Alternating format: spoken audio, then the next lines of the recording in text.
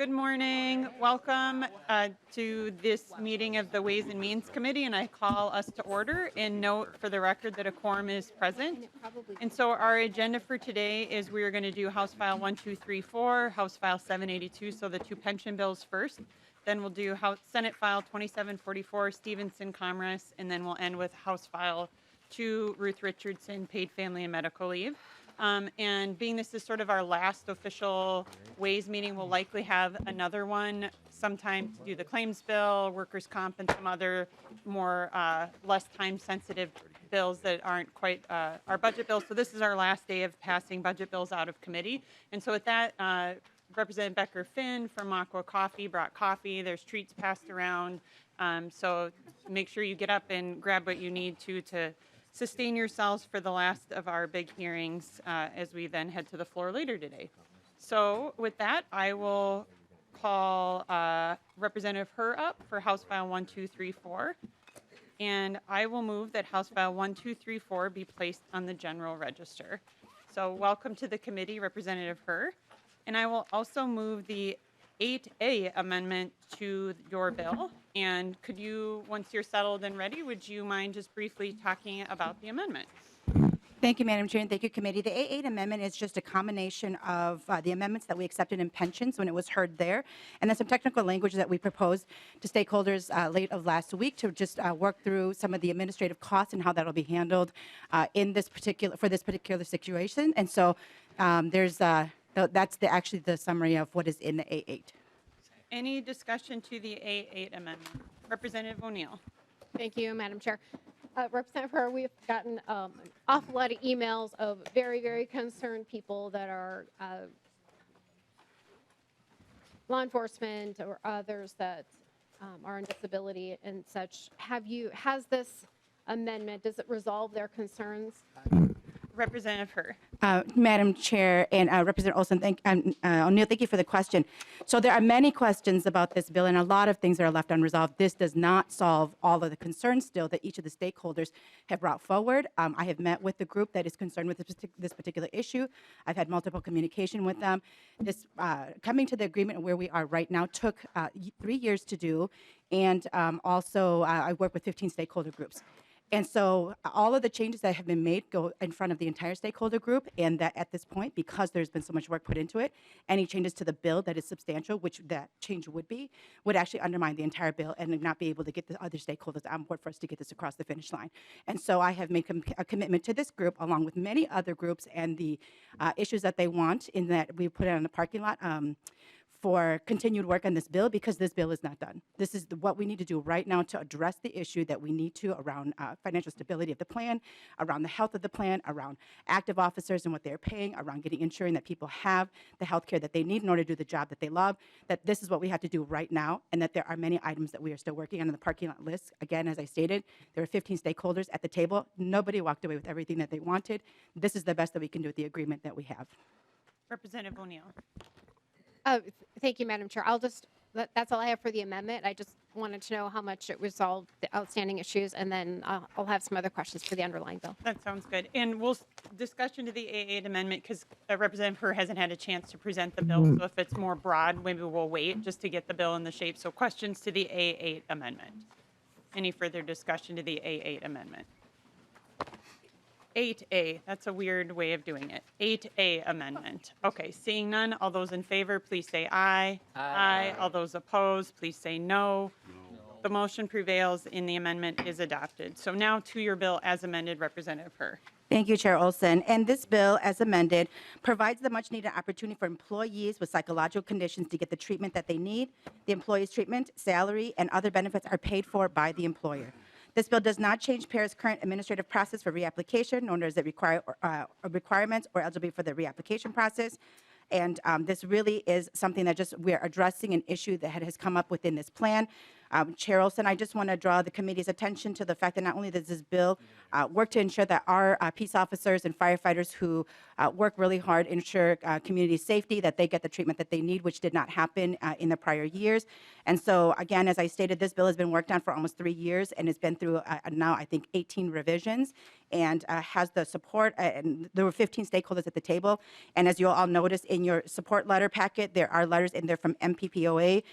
There's a joint city letter of support from League of Minnesota Cities, Metro Cities, Municipal Legislative Commission, Minnesota Association of Small Cities, Minnesota Fire Association Coalition, Minnesota Chiefs of Police, joint chief letters of support from the Association of Minnesota Counties, Minnesota Inter-County Association, Minnesota Professional Firefighters, and PARA. And so there has been a lot of work with a lot of support from a lot of individuals in here. Again, as I stated, this bill really addresses the fact that we do have an issue with the ongoing health of the pension plans, and that and there are many things that we are also trying to address in this, which is also parity within the plans of officers, and to ensure that the for those who are on disability and those who are still active. And so there's a lot that we're trying to do with this bill, and I will take any questions regarding this bill at this time. Thank you, Representative Furr. And I will note, as we know, that in this committee, we don't typically take testimony. And so we did have a fair number of letters coming in the packet. So just want to note for the record that those are in the packet. And that'll be the same, that'll be true for the rest of the bills. Obviously, we won't be doing public testimony, but we do have everything in the packet that came into the committee administrator. So discussion to the bill. Representative Novotny. Thank you, Chair. Representative Herr, you talked about ongoing costs. You talked about the bill unraveling if anything is done to do that, and we have to recover some money to save the PERA Police and Fire Plan. Changing the caps from 125% to 100% retroactively, how much difference will that make in the plan? How much money will be recovered, or however you want to describe it, as additional resources for the police and fire fund if your changes go from 125 to 100%? Representative Furr. Chair Olson, Representative Novotny. So I just want to be very clear. It has never been positioned that the cap on the offsets was to recover costs for the plan, that it is actually, that piece of it was created in order to create to ensure parity. So for just an understanding of that, to just note what you stated, that someone now can't make more than 125% of their salary. So so a police duty disability officer can't make more than an officer who is actually active. And so, and I just want to keep this in perspective for us, that of the 20-some thousand individuals on duty disability, about 300 people are impacted by this, and of these 300, the impact is actually when we looked at the ones that did come through PARA and did call, that the impact was either small or minimal. And I want to just state that that doesn't mean that there aren't people who are impacted by this. There are. But again, we want to ensure that this is not to recover costs in order to help the plan. This is going to cost now the fiscal note, and as you all have in your packets, is about $28 million. That's the cost that we are working on and to try to save. So this piece of this this reapplication process, and I want to be very clear, it is not retroactive. The process doesn't change. If you are on duty disability and you how it works right now is for the first 5 years, every year you reapply. That's happening right now already. That's not retroactive. And then going forward every 3 years. And so they're reassessing that every 3 years. So I just want to be very clear that when we're talking about this, that we're talking about what is actually happening, not what people are telling us is happening within for this particular bill. Representative Novotny. Thank you, Chair. Representative Herr, I'll rephrase the question. How much money will PERA get in additional funds from these individuals if they maintain their current earning schedules, because they have to submit what they make every year to PERA? How much additional funds will the PERA Police and Fire Fund get from these individuals that you describe, approximately 300 individuals, if you change their cap from 125 to 100? Representative Herr. Chair Olson, Representative Novotny. The plan doesn't get any money for doing this. It just doesn't cost the plan more now.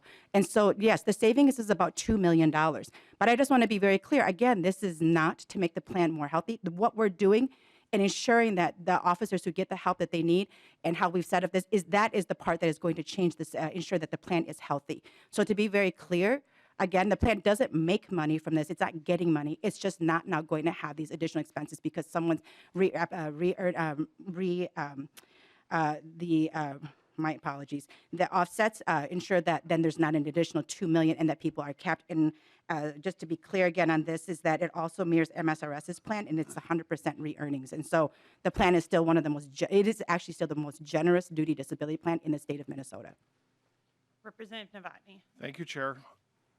Representative Herr, and this has been part of my frustration ever since this bill came down, trying to get a straight answer out of anyone.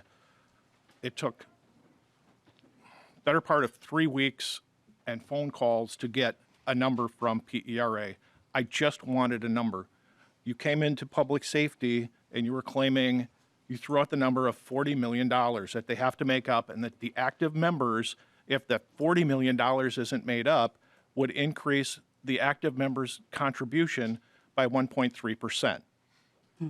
And I will fully admit that I barely graduated from 11th grade math class.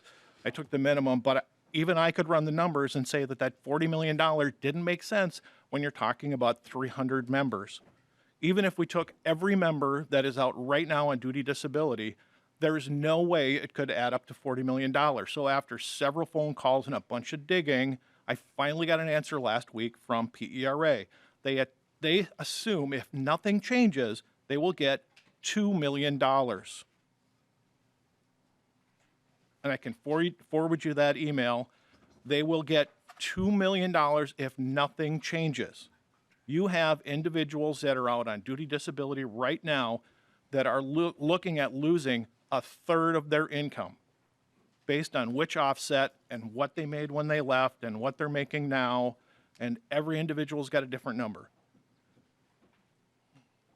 Long and short of it is, if nothing changes and all these members that are out, and assuming that they don't say, forget about it, I'm just going to sit home and look out the window, or I'll take a job where I'm a volunteer or something. If nothing changes and you don't get the people opting out of the system, $2 million out of a $40 million deficit, and I could be wrong, we're looking at 5%. That's a 5% out of $40 million. $2 million that you say will screw up the whole bill. This whole bill will crash over that. You've seen the emails. I've seen the emails.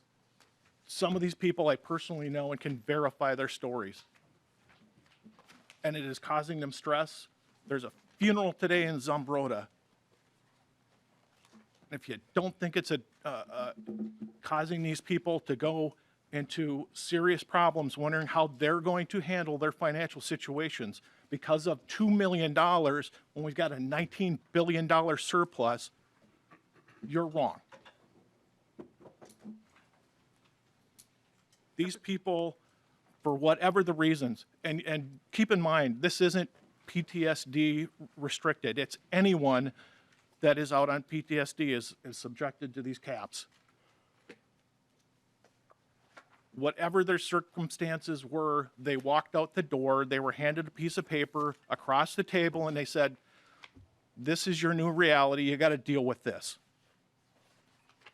They've made decisions based on, will they work, will their spouse work, will they go back to school, do they buy a smaller house, do they make any of the decisions that they make because of that table that was slid across, that piece of paper that was slid across the table to them at the time that it happened.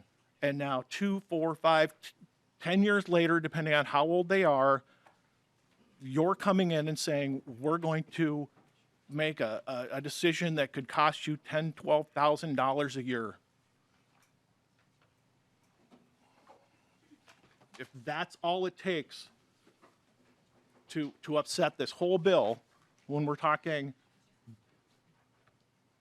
PERA lost over $1 billion in their investments, our our funding level for PERA hasn't changed. It's been at 92% for years and years. And all of a sudden, the house of cards will fall over $2 million. I just don't buy it. Representative Herr, and thank you.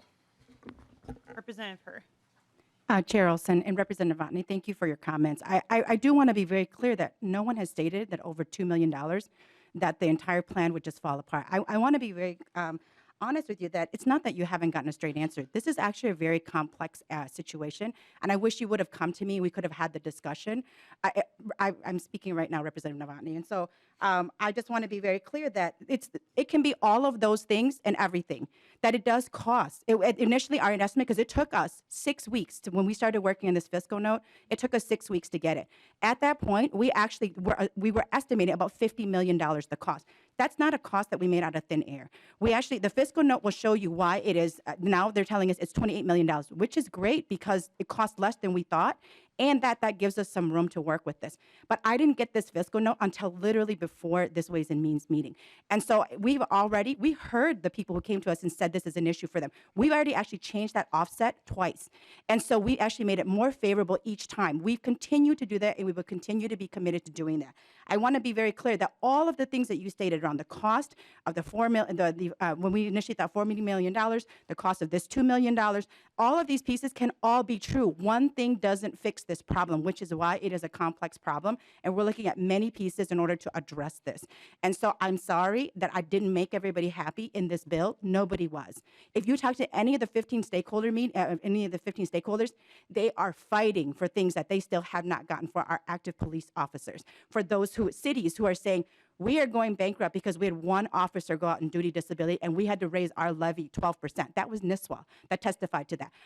No one is happy with this. And the fact that I don't have ongoing funding for this and that this is actually one-time money and I still have to figure out how to fund this ongoing. Otherwise, it falls back onto small cities and onto individual departments.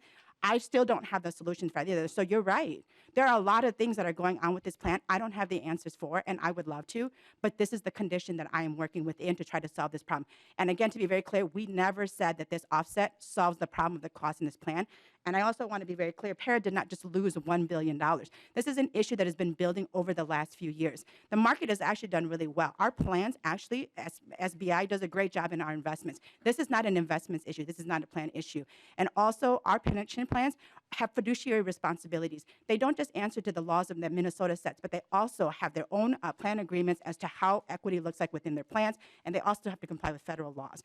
We are making these plans so that it is equitable between all of the different plans, and I just want to again reemphasize that MPPOA supports this bill because we understand that there is not a solution that will help everyone, and I'm sorry that you're frustrated. I am too. If you saw me these last few weeks about trying to get the rest of these changes through, I've been extremely frustrated as well. And so I hope that we continue to work together in order to find a solution. And I have been very clear that I will continue to look at the offset. PARA has already made some recommendations to me as potentially other additional things that we can do. We will continue to work on this bill. Representative O'Neill. Representative Novotny. If I could just respond, and I will be brief. Okay. Representative Novotny. Representative Herr, I brought this concern to you over a month ago, and I agree. House 1, 2, 3, 4 has many things that are good. It is like it's not a single issue bill. It's like a mini omnibus bill, and there are many things in it that are good. I agree, and there are many things that these stakeholder groups are buying into, and I just think it's cruel to pull back and change these. It's stud poker. You get dealt the hand you were dealt, and you can't draw other cards, and it is cruel. Madam Chair, I move that we table this bill. A motion to table the bill. That's a non-debatable motion. So all those in favor of tabling the bill, please say aye. Aye. All those opposed, please say no. No. The motion does not prevail and the bill is not tabled.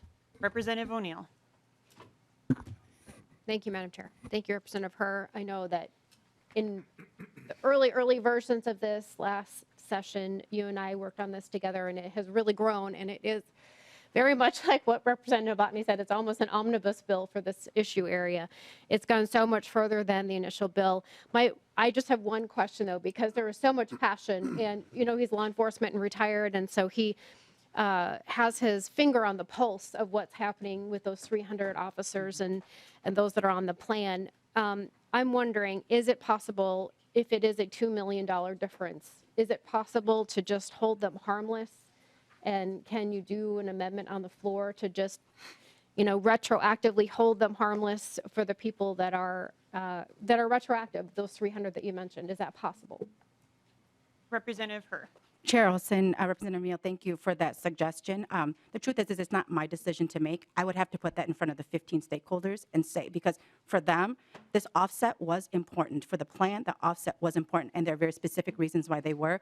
So it's not something that I could just make an amendment for. I would have to then, again, call a stakeholder meeting and get everyone's buy-in and having to understand what they're compromising in order to take this. So, I mean, I'm always open to suggestions, but again, just as, and I'm going to use an example that might be a little bit, it seems like it's off base, but it really isn't, is that when we're looking at the health of pension plans, right, we're trying to guarantee people pensions into the future.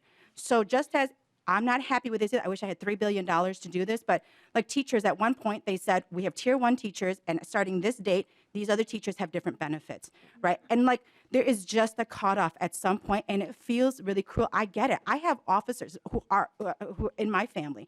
I have officers who are on PTSD. I know this is not something like that I don't know people personally. I do, and so I would have to put this in front of them. But at this point, I cannot make any promises because there's not, like I've stated in other committees, there is not one provision in this bill that actually belongs to me.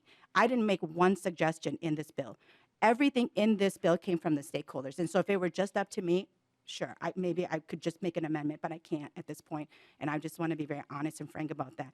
And I just wanted to also add, I know this wasn't your question, but I want to add to Representative Novotny's point that we took this so seriously that if an officer is on permanent disability, we actually increased their benefit to almost 100%, because we understand that when you get hurt in the line of duty and you are permanently disabled, you should have 100% of your pay. And so we actually did some things that are really good for officers in this bill. And so I just want to make sure that we don't lose sight of that those officers who were shot very recently, who are permanently disabled, they will have almost 100% of their benefits and their pensions. And so I just don't want that to be lost within this conversation. Representative O'Neill. Thank you, Madam Chair. Last thing I'll ask is, in your negotiations, the part that Representative Novotny is so concerned about, the 300 that you would retroactively change their benefits, was that brought up, and is that something, I mean, is that just an absolute no from certain stakeholders that they couldn't manage that? And I hear what you said about the city of Nisswa. Or is this still a possibility? Because we've all gotten the emails, right? We've all gotten the flood of emails regarding how this would affect people. So I'm just wondering if, and the other, so I have two questions. Have you discussed it, and it is something that you would be willing to discuss with the stakeholders between now and when it's calendared for the floor? Representative Herr. Chair Olson and Representative O'Neill, this has been discussed, and there were discussions years before I even got here. So, Chair, Majority Leader Long actually was the chief author of this bill for 2 years. I've only taken it on this year. I know that labor was at the table, and so people representing our officers, and they fought vigorously for every aspect of what would be right for our officers. And so it's not that this issue hasn't been discussed, it hasn't been touched on. Like I said, everybody made compromises. I can't go back to the table and say, we're gonna give one group now everything that they need and want, which I would love to do, and then say to everybody else, but none of you get everything that you want. And so this, and you all are lawmakers, you know, we compromise. This is what we have to do. But like I said, I can't make changes now because this is the agreement that everyone made. And I will be more than willing to have a discussion because one of the conditions of working with this group in our last meeting was I said to them, you all have to be committed to coming back next year with me to look, did this bill do what we wanted it to do? And then what are the changes that we need to make? And this is one of those items that is on my list in order for us to reassess and say, did it do what we wanted it to do? And so I'm committed to ongoing work with this, but I cannot at this point, with the agreement that's been made and how it's moving in the Senate, I can't make changes here without agreement also of my Senate counterpart and also all of the stakeholders. So I wish that I wasn't honest about my answer and I could just say, yeah, sure, I'll do it, and then not do it. I just can't, and that's my honest answer. Representative O'Neill. Thank you, Madam Chair. I appreciate that. That's why we worked together so many times. You are You're not just going to say something to placate me because you know we have that relationship and we'll have that conversation. Okay, so the bill is as it is. It's not going to change. It's going to be the floor exactly as it is, which is, as Representative Novotny pointed out, incredibly problematic for at least 300 officers, if not more, and other people in the plan. My concern is, you talked about maybe working on this after this bill passes. My concern is you're already retroactively changing someone's benefits. No? Does it go into effect later? Okay. So maybe you could just tell us when it goes into effect and maybe there is a little bit of a window. Representative Her. Chair Olson, Representative Neal, I know that the word retroactively keeps being used, but we're not going back and clawing back any benefits that somebody has already had. This is ongoing into the regular process of reapplication. And so even if this goes into effect, if somebody is already in their 3 years, so let's say I'm in the first year of my 3 years in duty disability, my particular benefit isn't going to be looked at until its next reapplication, which is 3 years from now. And so not everybody is going to see a change in their benefits immediately because this bill moves forward. So that's, so I just want to, and I don't know if that answers your question, but yeah. Thank you, Madam Chair. We'll talk about it more on the floor, but I just wanted to have a fuller understanding of this, as we all have just gotten a flood of emails about it. It's a very hot issue. Thank you, Madam Chair. Thank you. Representative Cleavorn. Thank you, Madam Chair. And to you, Chair Herr, I just want to say thank you for the bill, and I just want to kind of level set. Last year, or last session, you know, I did not support this legislation, and I did my very best to make sure that it didn't pass because I didn't think it was ready for prime time.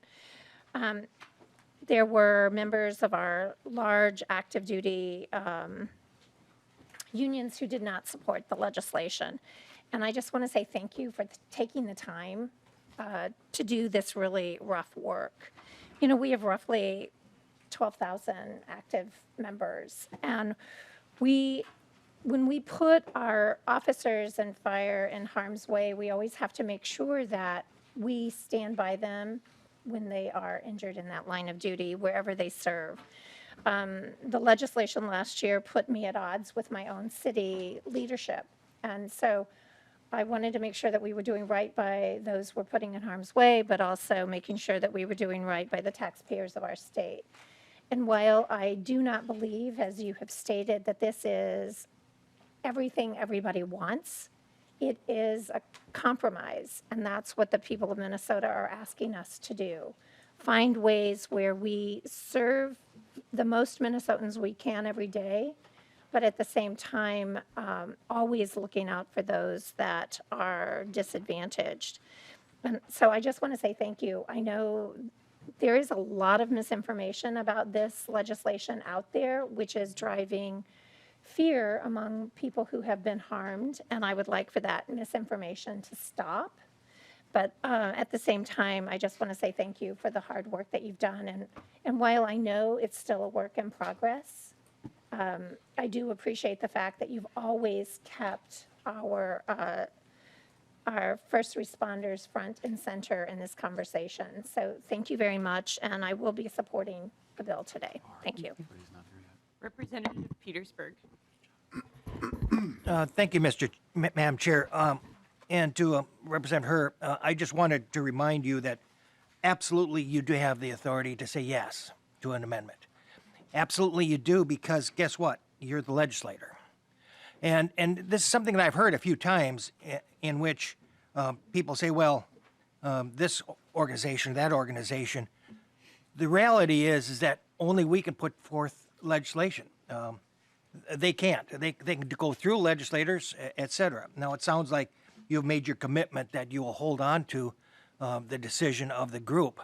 And I think that's something that is very dangerous for us as a legislature to do when we allow outside agencies to have veto power over the bills that we decide is something that's important to do. I believe it is absolutely important for us to have stakeholder involvement and to get their input the best that they can, but it is up to us, the responsible party that are going to be making the decisions, to use that to the best of our ability to accommodate as much as we can. But the bottom line is we still have to put together a bill that is the best for the future and for moving forward. And if there needs to be continued to work, we continue to work on it. But we don't allow an outside people, outside organizations, outside individuals to hold veto power over the bills that we are putting forth here. That is our responsibility. That's why we're elected. And we're not going to be able to solve everything nor to make everybody happy. We'd have to do just the best that we can. So I would say I understand the predicament you're in, but I think in the future we need to be very careful that when we talk to the groups that we're negotiating with, that we understand we're taking that to the floor, but there may need to be changes into it. We can't hold fast to it because there are 134 people in this body, and that means that they're going to have a lot of people are going to be pulling and tugging, and there's no way we should say that we're going to be able to commit 100% one way or the other. Thank you, Madam Chair. Representative Nash. Thank you, Madam Chair. I'm always struck when Representative Novotny gets clearly agitated because it's a pretty rare occurrence. I've sat next to him or in front of him or beside him in committee, and he never does that, ever. But on this issue, I think that it's rightly articulated because according to what he just said a few minutes ago, he asked for a meeting with you, Chair Herr, quite some time ago. Didn't. That didn't happen. He didn't. Well, I have the floor to quote you from earlier. He didn't. I believe Representative Novotny, and what I'm getting from this conversation is that there are 300 plus or minus folks who are effectively watching or experiencing the rug being pulled out from underneath them. And Representative Petersburg is spot on. We've all carried legislation. So if you've been here for a while, I've been in the majority and minority. If you are the author of the bill, you have the last word before it goes to the floor. You're the author. You can decide what gets amended in. You can decide what gets amended out. I've watched all of you who have carried bills do just that. You have. You don't need to wait for permission from outside organizations. You have to manage that relationship. You have to manage that expectation. It's you as the author that has the last word, whether you like it or not, whether you want to own up to that or not. So the retroactivity of this is concerning.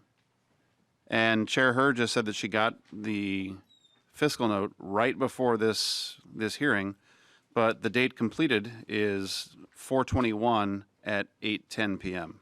So today is the 24th. So we'll just let that linger there for a minute. You've had the fiscal note for a while. Now, I will say the disturbing part, and I supported Representative Novotny's motion to table the bill, that even at that time, it's not enough because it's not exactly light reading. But the message that's being sent to the 300 is, buckle up, we're going to change your paradigm for you, and you should be grateful that we've done that to you. This is ridiculous. Thank you, Madam Chair. Representative Joachim. Thank you, Madam Chair, and I just want to thank Representative Herr for all your work on this. I know who you are, and I know how much you talk to everybody that asked you to meet with them, and I don't think there would have been anybody else in the legislature that could have shepherded this through by working with the outside groups and the stakeholders. And I know that's important to you. I know that's important to a lot of us. So saying that we have the last word is a little bit arrogant because we have to work for the state of Minnesota and the citizens. Madam Chair, are we doing Minnesota. personalities today? Representative Nash. Are we doing personalities today? Representative Nash, pause. She was saying, I don't think she was saying that anybody here, and I think she was saying the idea of Including thinking me. that. I didn't hear her call anybody into question, but that said, Representative Joachim, I will just remind everybody here that personalities should not be brought in or motives. Representative Joachim. Thank you, Madam Chair, and thank you for giving me a hip check too, because sometimes we all deserve it. But no, I would have a hard time just making a decision right at the very end. If not, I hadn't talked to all the stakeholders in the education realm as well. So I was just trying to say thank you.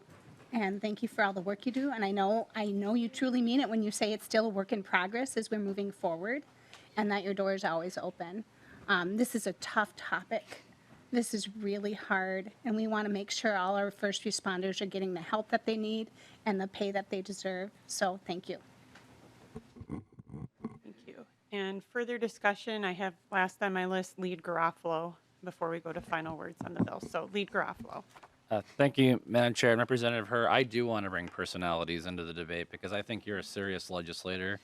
You're someone who legislates the right way, pays attention, reads bills, and that's something that's in increasing short supply in the legislature. So I want to thank you for the work, not only how you conduct yourself on bills, but the research you do. I had the opportunity to communicate with you privately when you were spending time here on a weekend.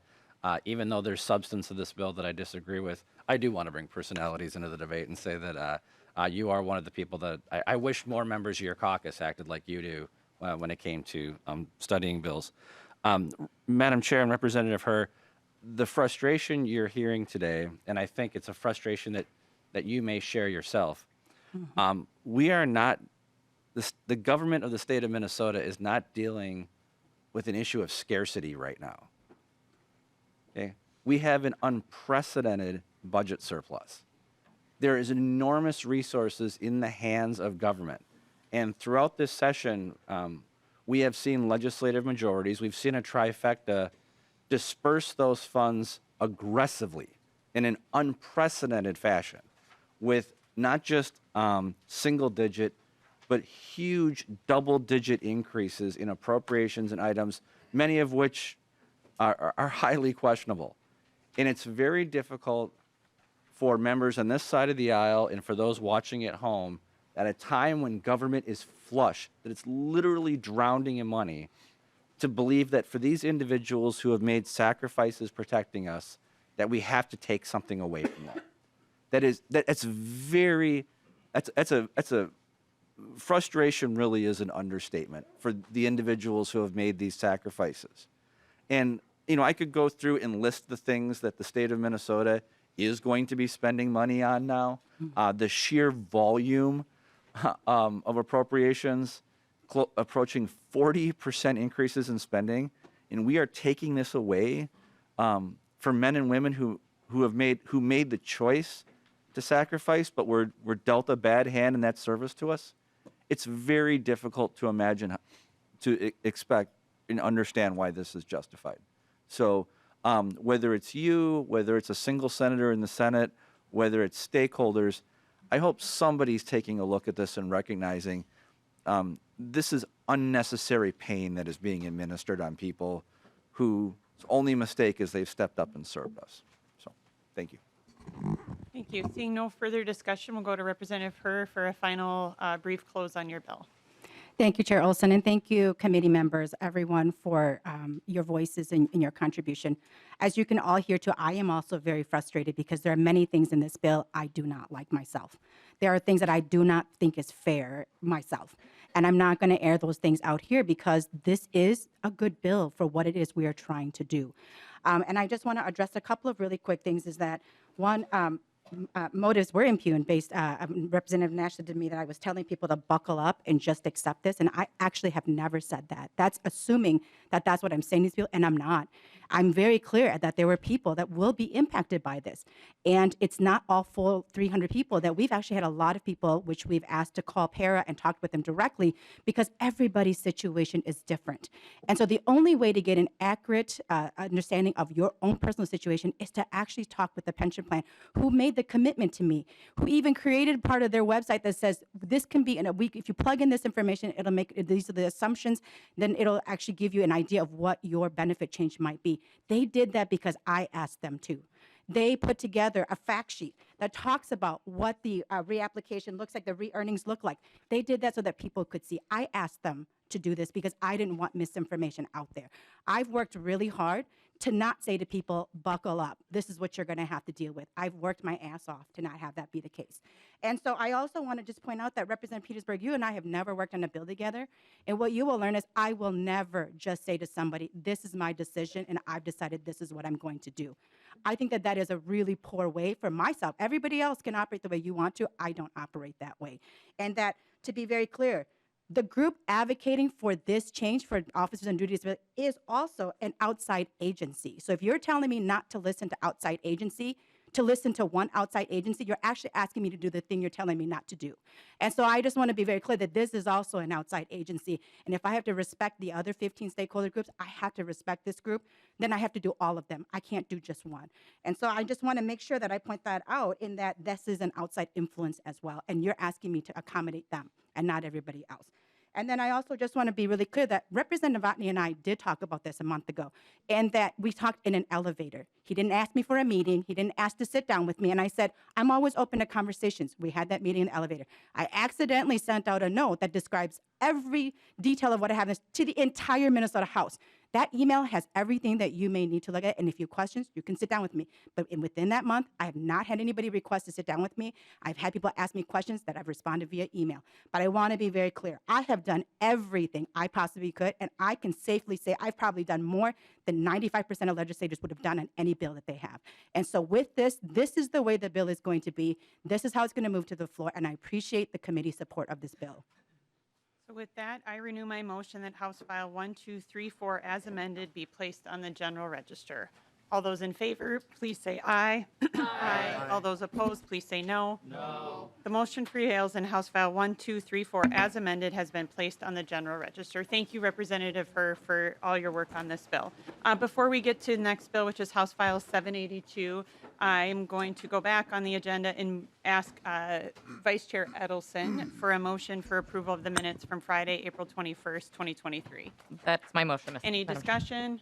Seeing none, all those in favor, please say aye. Aye. All those opposed, please say no. The motion prevails and the minutes are adopted. So now Representative Becker-Finn moves that House File 782 be placed on the general register. So thank you, Representative Becker-Finn, and you have a DE1 amendment. Would you like to describe that, which would essentially be describing your bill before we vote on that? So Representative Becker-Finn moves the DE1 amendment. All right. Thank you, Madam Chair. The DE1 reflects agreements and changes since this bill was first introduced. We've been working on this bill I've been working on this bill for 7 years now. The DE reflects an agreement and some compromise between myself and the Senate and other interested folks, and is the language that was vetted and discussed in the Pensions Commission and did pass with bipartisan support in the Pension Commission. I don't know if you want me to go into any further detail, but that's the DE. Great. Thank you, Representative Becker-Finn. Discussion to the DE1. All those in favor, please say aye. Aye. Aye. All those opposed, please say no. The motion prevails and the DE1 is adopted. So any further comments to your bill as amended, Representative Becker-Finn? Yep. Thank you, Chair Olson. So this is the Secure Choice Retirement Program. What it does is it establishes a new retirement savings plan for employees, for workers who don't currently have access to payroll deduction to contribute to their retirement savings. What we know is around half of Minnesota workers are not currently saving for retirement, and obviously that is a problem. If folks are going to retire, they do need to start saving, and the sooner they do that, the better. So this plan, it would be run through the State Board of Investment. We would be setting up a Secure Choice Board to outline some things as far as if you're already providing this to your employees, you don't have to change anything, but it would allow this, require this as an option for employers who are not currently offering plans. It is supported by the AARP, the Minneapolis Regional Chamber, Minnesota Council of Nonprofits, Council on Latino Affairs, and I think importantly, the American Retirement Association, which is actually folks who make money off of selling plans and work in the industry. And they are acknowledging that there is a gap and we do need to do something. And despite their best efforts, plans like this are needed to make sure everybody is able to save easily for retirement. That is the bill, and happy to take questions. Thank you, Representative Becker-Finn. Representative O'Neill. Thank you, Madam Chair. Just really quickly, since this is the Finance Committee, can you let us know the cost, both in the biennium and the tails? Yeah, thank you. Representative Becker-Finn. So it's would be 1.3 in 25, and then 2.846 ongoing. I figured we would ask that because this is the Ways Committee. Just to outline, so there would be a couple of FTEs within the State Board of Investment, some expenses within the Attorney General's office, and then setting up the board itself. There are some FTEs there.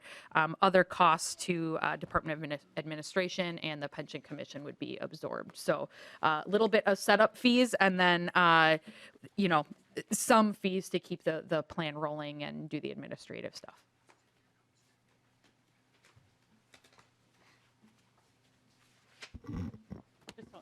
We're just talking about the bill overview and the fiscal note and making sure it's correct to the DE one. So just pause for a second. That's what I was hoping. You did change stuff. So. Yeah. Fair question. They knew I was going to ask that. Thanks for the coffee, by the way.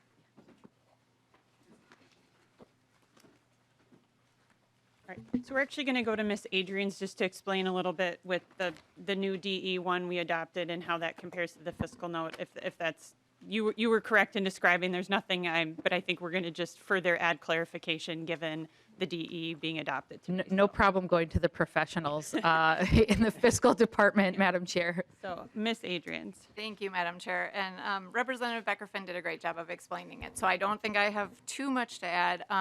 The original version of the bill had blank amounts in the appropriation or for the transfer, actually. So there was a fiscal note done. It is not up to date to the DE, but there is a one-time $5 million transfer, and then the costs that are required for the startup that Representative Becker-Finn outlined will be paid for out of that established account for this program. Representative O'Neill. Thank you, Madam Chair. Just for clarification, so transferred what from the general fund? Is it going to a special revenue account? Can you just tell us the accounts, please? Miss Adrian's. Of course. Thank you, Madam Chair and Representative O'Neill. So on the DE amendment on the last page, on line 18, it's a transfer, and it is exactly what you just mentioned. It's a transfer from the general fund to the Secure Choice Administrative Fund for these purposes. Representative O'Neill. Thank you, Madam Chair. So if it's a transfer of $5 million, is that in this fiscal then? So instead of 1.3 million, it would be 6.3 million? Miss Adrian's. Madam Chair and Representative O'Neill, so because it's a transfer into a separate account out of the general fund, the money won't cancel back. So the $5 million will be available for the estimated costs for each of the years that are outlined in the fiscal note. Representative O'Neill. Thank you, Madam Chair. Anything further, Representative Becker-Finn, on that? I think Ms. Adrians did a great Okay. job. Thank you, Madam Chair. Representative O'Neill. Yeah, just really quickly. Yep. Thank you, Madam Chair. So the fiscal note that we have in front of us, Ms. Adrians, I'm just wondering, I realize that the $5 million from the general fund goes into a special revenue account, but it's still a cost to the general fund, which is, that's what we have on page 1, the general fund cost. Is it, I guess you have the special revenue account there too, which has zeros in it. So then it just is still 1.3 million then, not because it's just going in and sitting there. But it'll be cost in the tails then, because it has to be expended. Miss Adrian's. Yeah, Madam Chair and Representative O'Neill, so the amount that is available for this bill is the $5 million. And so if the cost in the first biennium is 1.3 million, that will be debited against that original $5 million. And then, and so then there will be, about 3.7 if my math is good. And then, and so then the cost available for the next biennium, it should cover that as well. And then if in the future there are ongoing costs, I believe it would need to be revisited and more money would need to be transferred into this fund. Representative O'Neill. Okay, got it now. Thank you, Madam Chair. Great. Representative Joachim. Thank you, Madam Chair. Sorry to speak twice today, but I just wanted to thank Representative Jamie Becker-Finn for this. It's a weird bill to get super excited about, but I'm really excited about what this does for folks, especially our young folks that might be working an hourly job and just aren't thinking about it, but if their employer mentions it, they're like, you know, I could do $5 a paycheck. And then when they leave that job, they might not do it anymore, but then it sits there and it accrues interest. And this is something I've heard my husband talk to our kiddos about countless numbers of times, and they're lucky because their dad did talk to them about this. I'm thinking of a job our daughter did in a gap year before medical school, and it didn't pay well, and she was living at home, so she took half of it and stuck it in a retirement account. And it's just sitting there for later. And this is just a huge thing for folks to have the ability to do this, and I just want to thank you for the bill. Thank you, Representative Joachim. Representative Scott.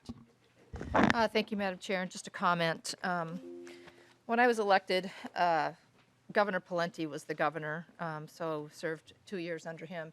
And he had a philosophy that said, if it's in the yellow pages, and I know some of the millennials and younger people in this room don't know what yellow pages are, but he said if it's in the yellow pages, government shouldn't be doing it. And I just want people to know out there that there are private sector solutions to do exactly this. Representative Joachim just alluded to that her daughter put things in a private account. And I think this is wrongheaded that we're mandating businesses to do this. If they want to and they elect to, that's fine, but we shouldn't be mandating. That's my only comment. Thank you. Further discussion will go to Lead Garofalo to close before final words from the bill author. Lead Garofalo. Thank you, Madam Chair. Neither a question for the author, you, or for Ms. Adrians. This appropriation, which budget target is it carried in? Representative Becker-Finn, we'll start there, and then we'll go to Ms. Adrians. Yeah, Representative Becker-Finn. Thank you, Chair Olson. It's out of the pensions target. Thank you, and I believe this was originally included in the pension omnibus bill that we heard last week, but got taken out so that it could have further work to do on its own. So it still counts in that target, though. Representative Garofalo. Thank you. Madam Chair, and same question either for Ms. Adrians or for the author. Is there any tracking of what this will cost employers in terms of time or paperwork or unfunded mandates? I didn't see any notes for that in the fiscal note. Is there any tracking for what this is going to cost the employers who are involved in this? Representative Becker-Finn. Thank you, Madam Chair. And there isn't, because the costs are really minimal. And we know there's other states who have been doing this with success, particularly Oregon was one of the first states to start doing it. Essentially, it's just the time that it would take you when you're onboarding someone to get them enrolled in the program. We also have the rollout will not be everybody all at once. It's sort of dictated that it happens incrementally over a 2-year period. I can tell you so when I was first asked to carry this bill, I was not a small business owner, but I am now very familiar with all of the programs and things you do when you set up a new employee. So this would just be, the additional time that it would take when you're hiring on that new person to get things set up. Representative Garofalo. Anything further? Nothing further. Final word to your bill, Representative Becker-Finn. Thank you, Madam Chair. And a couple things I just wanted to point to, in particular, and the handout from the AARP. What we know from studies is that for workers earning between $30,000 and $50,000 a year, about 72% participated when they had an employer-provided retirement program. When they did not, fewer than 5% of people participated in programs. And I think further, as I noted, it is quite notable. It's a very, nerdy group to brag about getting support from, but the American Retirement Association is a big deal. The ARA recognizes that despite our best efforts in the private sector, there are far too many Americans without access to a retirement plan at work. So that is what we are trying to fix in this bill, and would appreciate everyone's support. Thank you, Representative Becker-Finn. And with that, Representative Becker-Finn renews their motion that House File 782 as amended be placed on the general register. All those in favor, please say aye. Aye. All those opposed, please say no. The motion prevails, and House File 782 as amended has been placed on the general register. Thank you. And our next bill today is Senate File 2744, Representative Stephen, the Commerce Budget Bill. So welcome to the committee here, and we're going to do a couple of things to get the bill in the shape you need it to be. So I will move that Senate File 2744 be placed on the general register. And then you have the DE4 amendment, which is inserting the House language onto the Senate bill. So would you like to adopt that go through the amendments first? Would you like us to get it into the shape you want and then present the bill? Because the DE is your bill, correct? That's fine, Madam Chair. Okay, so the DE, and so we'll have discussion on the, I'll move the DE4 amendment. And would you prefer, Representative Garofalo? Thank you, Madam Chair and Representative Stephenson. For lack of a better word, this is the conference report, right? Representative Stephenson. Madam Chair, Representative Garofalo, that's aspirational at this point. I think that you kind of, when I introduced the bill, what I was going to say is that the DE moves us closer to where into alignment with the Senate. Reflects a number of agreements, which I can go through when I walk through the bill. I don't know that we're all the way there just yet, but I'm sure hoping we're close. Okay. And so, Madam Chair, Representative Garofalo. and thank you, and Madam Chair, something, we try to keep the committee focused on finance, but sometimes policy makes its way into the amendments we offer. There are substantial policy interactions in this bill. I know that you have stated that it's your intent that you're not going to be taking public testimony today. I thought that when we involved policy in this committee, especially new policy that is either substantial changes or we have not seen in other committees in the House, that you would want to be flexible in that arena. It's your prerogative, I understand that, but particularly with the, I assume, Representative Stephenson, you've seen some of the letters that are in the packet today? Representative Stephenson, and maybe, do you want, maybe it will be best if you just walk through the DE4 now then, and then it sounds like we're kind of starting to discuss that, and then we can bring up the point. I think you want to talk about a specific part with those, or? Correct. Is that, yeah, so why don't we do that? So why don't you go ahead and describe the DE4 amendment, Representative Stephenson? Thank you, Madam Chair. And I just want to, before I walk through, I do want to just quickly say that the policy in the bill, 95+% of it was in the Commerce bill as it left the Commerce Committee, including the provisions that you have received letters about today. So right to repair, age-appropriate design, those provisions were in the Commerce bill as it left the Commerce Committee. There's a change to the right to repair language in the next amendment that you will consider. But this is not new policy. It was in the Commerce Committee, received a hearing, and the Commerce Committee was in the Commerce Omnibus that also received a hearing. So this is the Commerce Omnibus bill. It is sort of generational consumer protection work, in particular focus on big pharma and big tech, protecting Minnesotans from the abuses of those very large industries. We received a $10 million target in the biennium and a target of a savings to the general fund of $265 million in the tails. That's due to an operation of a transfer from the premium security account back to the general fund that you can see, I believe, on line 202 of the spreadsheet. And I want to be clear about the reinsurance implications because members often have questions about this. This is not changing the status quo on reinsurance. We passed a reinsurance reauthorization bill last year that reauthorized the program for 5 years, but only funded it for 3. That was the compromise agreement between the House, the Senate, and the governor last year.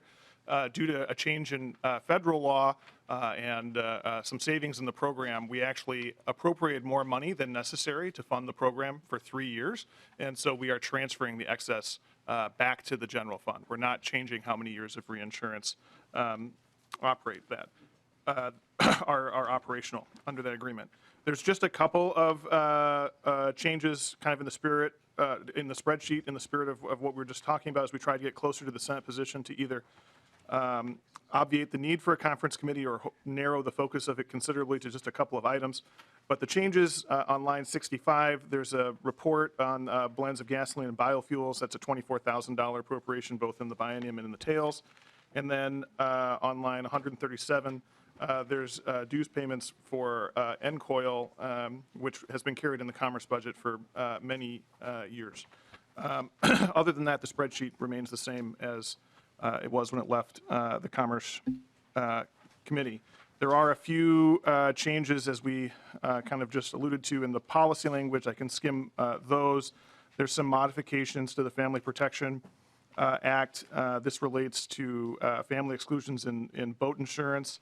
The compromise position that's in this bill is that the default position would be to not allow family exclusions, but insurers would be able to get an endorsement that would allow for family exclusion on their policy. There's also there was always language in the bill codifying the ACA's no cost sharing on preventative services. That language was slightly modified. There was a court decision out of Texas that struck the federal ACA's provision as to preventative services, and we changed the language to better respond to that. It's very important that we preserve Minnesotans' access to preventive care, including cancer screenings and PrEP and PEP, and the language is explicit in that regard after reviewing the federal court decision out of Texas. There's a compromise language with regard to health benefit mandate reviews after discussions with the Senate, the governor's office, and stakeholders. The language tries to achieve the same goal as the language that left the Commerce Committee, but is in a slightly different form. Now, there is a new piece of policy increasing remedies for robocall violations. This was Senate language that actually was not introduced in the House. Otherwise, I probably would have heard it and included it. There's language relating to price gouging by contractors, storm chaser contractors in the advent of extreme weather events. That is also compromise language. So that is maybe a summary of what's in the DE that's different from what left the Commerce Committee in terms of policy. Okay, so to the DE4 amendment, we do have one more author's amendment to the DE4. Perhaps we take that up and do that, and then we can discuss the DE4 as amendment. So I will move the A2 amendment, and if you could please discuss the A2 amendment, Representative Stephenson. Madam Chair, members of the committee, the A2 amendment reflects some of the discussions between stakeholders, House and Senate, the House and Senate authors on the right to repair language and trying to get at concerns that stakeholders have about protecting cybersecurity.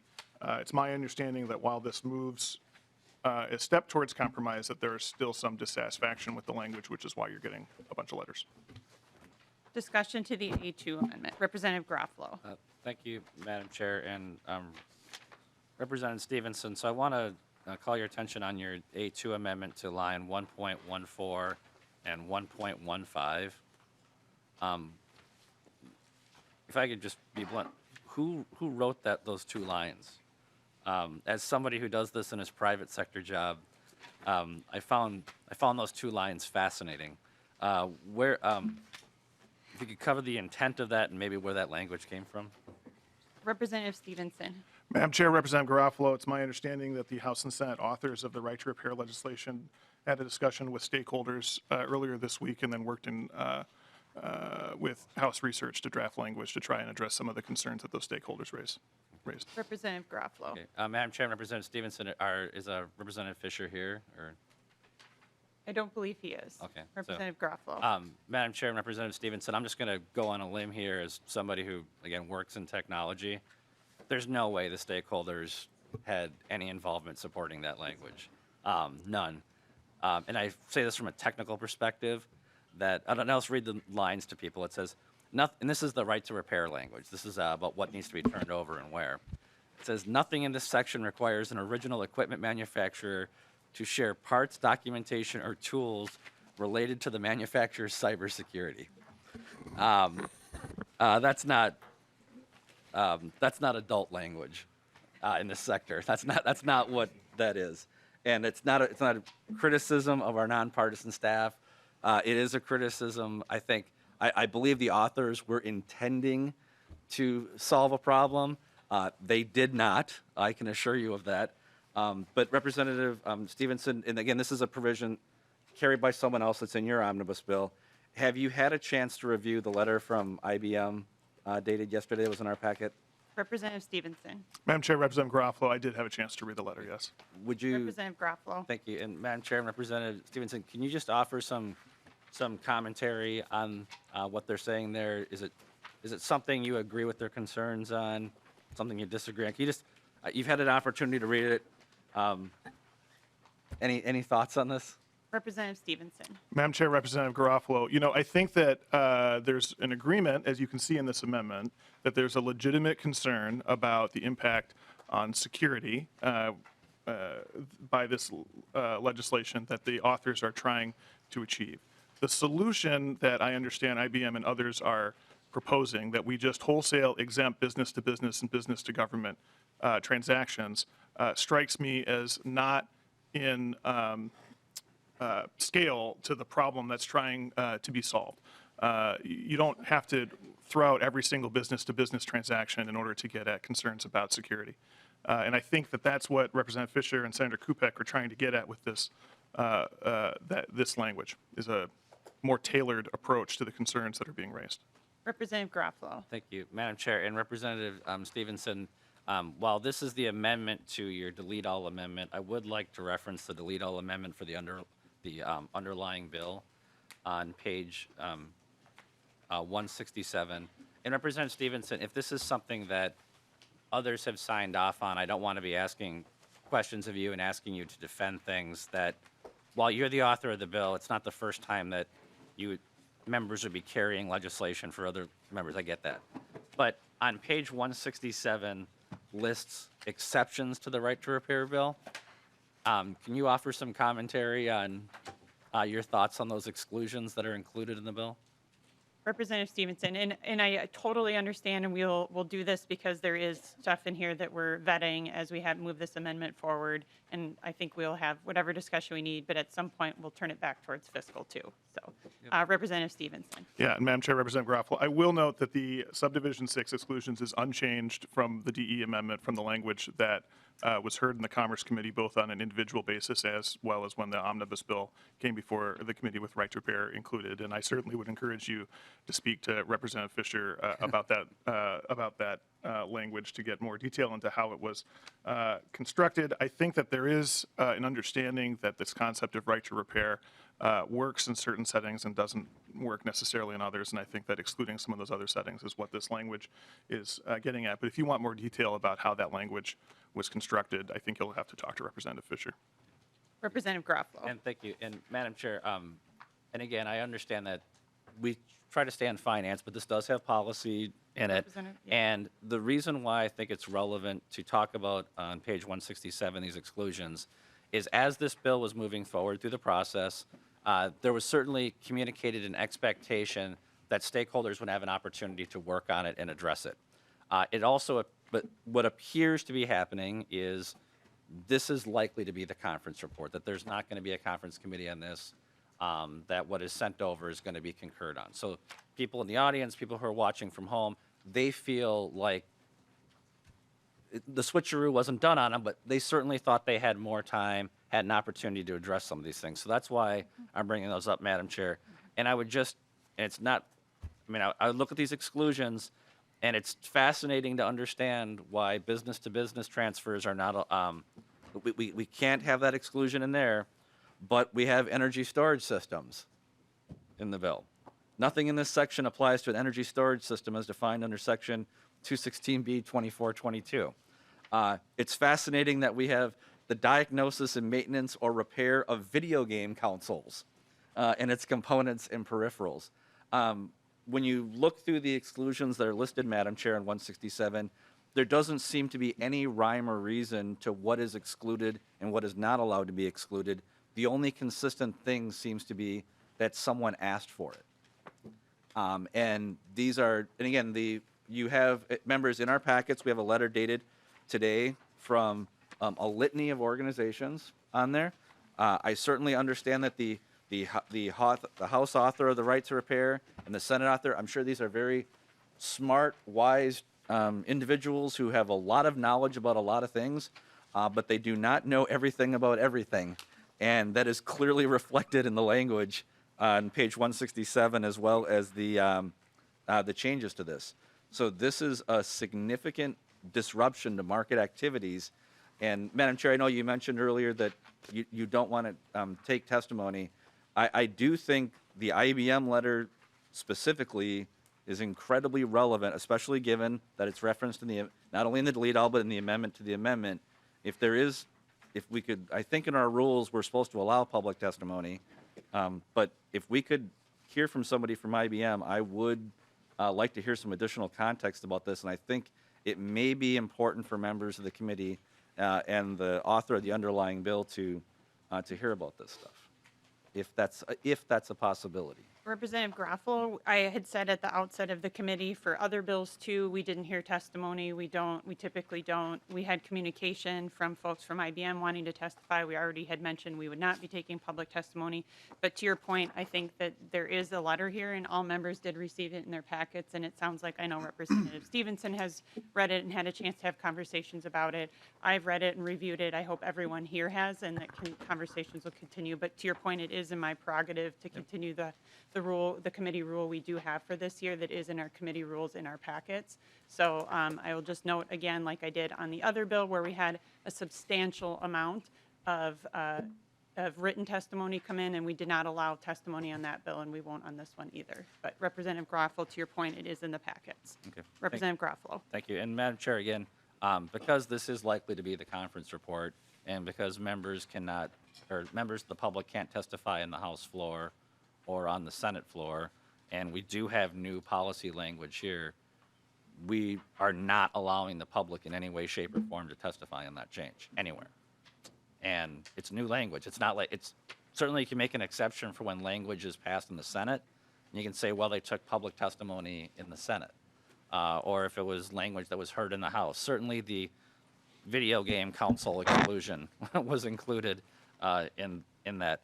This is new policy language, and we're saying so just in terms of how that statement may or may not be in conflict with House rules, I would just urge you to reconsider that. But Representative Stephenson, I think you know my concerns. I think you understand the concerns of a significant number of stakeholders who normally do not get involved in the legislative process. It's damaging, and I know so I will just leave it at that. Representative Stephenson, I would hope that after you adopt these amendments, that perhaps the pause button is hit, and maybe that there's some changes that can be made to this, because this is not the sort of thing that we want to clean up later. So thank you. Further discussion to the A2 amendment. Representative Nash. Thank you, Madam Chair. And Representative Garofalo stole my criticism of the fact that this is not lines 1.14 and 1.15. That's not what anybody in this industry that I work in, that he works in, would ever write. And Representative Noor, this is not written by a practitioner. This is not written by someone who has to go and fix things or even bring it to reality. This is not written by somebody who is a serious cybersecurity technical person. You know, Representative Garofalo does networking. I'm in cybersecurity. Both of us can tell you within 100% of surety, this was not written by somebody who actually is a serious practitioner, nor do they do this for a living. So to that end, you know, when the right to repair became kind of a fledgling idea, I think we all, if you ever watched the Andy Griffith show, you think of Emmett Clark, the guy that has the repair shop. Everybody wants to have somebody who can fix their toaster or fix their blender or fix something that when you open it up, it's fairly self-evident as to what's going on under the hood. But when you open up some of the tech that is listed by the list of opponents, well, if you can figure it out on your own, well, I'll be shocked. But what it exposes, if you don't have the training and the certifications that go along with these things, is a lot of liability. And you know, you could have, to make it easier, you could effectively open up some of the things that these manufacturers make, IBM or some of these other. You may as well just open it up, disassemble it, put it in a bag, shake it up, and hope that it comes back in working form. Because you won't get it back. And it opens up a lot of the proprietary information that they build into much of what they build into. So let's reduce it down to possibly something as simple as your phone that we carry around. I will guarantee you that a lot of proprietary information will be exposed to bad actors and will make it easier to defeat things later on if you simply just allow someone to blithely open up stuff and demand of the manufacturer that they give you the tools to do so. This is not a toaster. This is not, a fan that you have running in the corner of your house. This is really complicated stuff. Representative Garofalo was talking to me about something that he was doing over the last weekend, and I've been in this industry for a long time, and he had to walk me through some of the stuff that he was doing, and that was just to get it to a high level because I don't do networking. Don't tell him the whole story. I won't tell him the whole story.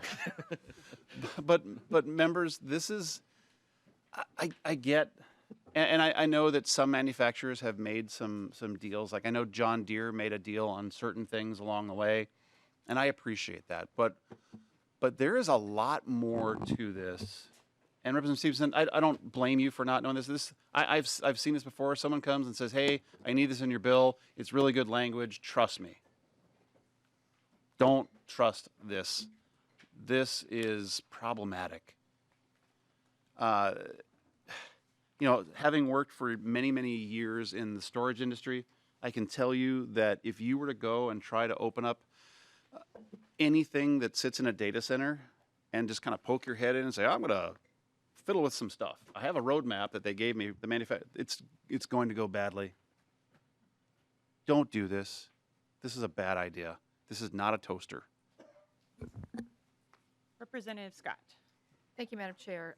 Representative Stephenson, I've worked with you on some other bills and so forth, and you've always been very amenable to listing and making changes. And you seem like a fair person. And I'm just wondering if I made a motion to send this back to your committee, would you have a hearing on it so that this stuff can be aired in the public? Representative Stephenson. Madam Chair, Representative Scott, well, I appreciate the kind words. We had 2 hearings on the right to repair in the Commerce Committee, one on the standalone bill and one as it was included in the Commerce Committee. We haven't had a hearing exactly on this provision in the A2 amendment, nor would I want the bill to go back to the Commerce Committee to have a hearing on one line and amendment. We wouldn't do this if this was a floor amendment, which obviously bills get amended on the floor with language that was never heard in committee every day at this place. So no is the answer. Representative Scott. Thank you, Madam Chair. Well, I'm really sorry to hear that. In reading this letter from IBM, if you go to the last paragraph on the first page, it says, entrusting the diagnostic and repair of these systems that run the critical infrastructure on which our day-to-day lives depend. I mean, that's what's at stake here, is parts of our critical infrastructure being at risk if changes aren't made in the language in the was it the A2 or A4? I don't remember what the amendment was. And then, so does that give you concern at all, Representative Stephenson? Representative Stephenson. Madam Chair, Representative Scott, as I mentioned, we had 2 hearings on exactly this language that applied to that industry in the House Commerce Committee, both when the bill was heard standalone and when it was heard as an omnibus bill. I think that the solution that's proposed by IBM here to exempt all business-to-business transactions is way bigger than the specific problem of trying to get at some security issues. There might be a way other than what the language in the A2 is to address that, and I'm certainly open to having those discussions. My door is always open to stakeholders. I've met with IBM. I've met with other people, even though this is not my provision in the bill. I've taken those meetings and heard them out, and I think, as I mentioned at the outset, the goal is to get as close as possible so that we don't have to have a conference committee or have a very narrowly defined one, but there's still more time to have discussions. Representative Scott. Thank you, Madam Chair. Well, Representative Stephenson, what's wrong with having a conference committee on this commerce bill? It's going from less than 100 pages to over 200 in this amendment. So what's wrong with having a conference committee? Representative Stephenson. Madam Chair, Representative Scott, we're just trying to be, have conversations and work as expeditiously and efficiently as we can while making sure that we're hearing all voices. And like I said, we've had multiple hearings on this provision. My door has been open. Representative Fisher's door has been open. Senator Kupek's door has been open. We've had conversations. We will continue to have conversations. I understand that this is a provision that causes members some concern. It has always been a controversial provision. I've heard it in the Commerce Committee when I was chair last biennium. I heard it when I was on the committee but not chair the biennium before. This is a provision that is controversial, and no matter how many hearings we have on it, will remain controversial. And so we're having the discussion, but at some point there's a time for choosing. Representative Scott. Thank you, Madam Chair. Well, the piece about critical infrastructure should concern us all. So if there's any way to reach some sort of compromise so that we're not putting critical infrastructure at risk, maybe that might be a really good thing to explore. So, and I know that you said you've had hearings on this, but this new amendment that Representatives Garofalo and Nash alluded to in the language, that's new. Also new is line 168.5 and 6, the applicability of this, and it says this section applies to equipment sold on or in use on or after July 1st, 2017. And that is also new in this DE amendment. And so I'm just wondering why that was added, Representative Stephenson, if you know. Representative Stephenson. Madam Chair, Representative Scott, I believe that actually narrows the applicability of the underlying bill. Representative Scott. Thank you. I'm just wondering, Representative Stephenson, how that the date of July 1st, 2017, how was that arrived at? Representative Stephenson. Representative Scott, Madam Chair, again, I think that in order to get really into the weeds on this, I would encourage you to talk to Senator Kupek and Representative Fisher, because it's ultimately, their bill that they've been having those discussions with stakeholders, but I understand it's a compromise. Representative Scott. Thank you, Madam Chair. I think that's problematic. I mean, we've got letters again in our packet stating the reasons why that is problematic. To go back, what was that, 5 years, 6 years?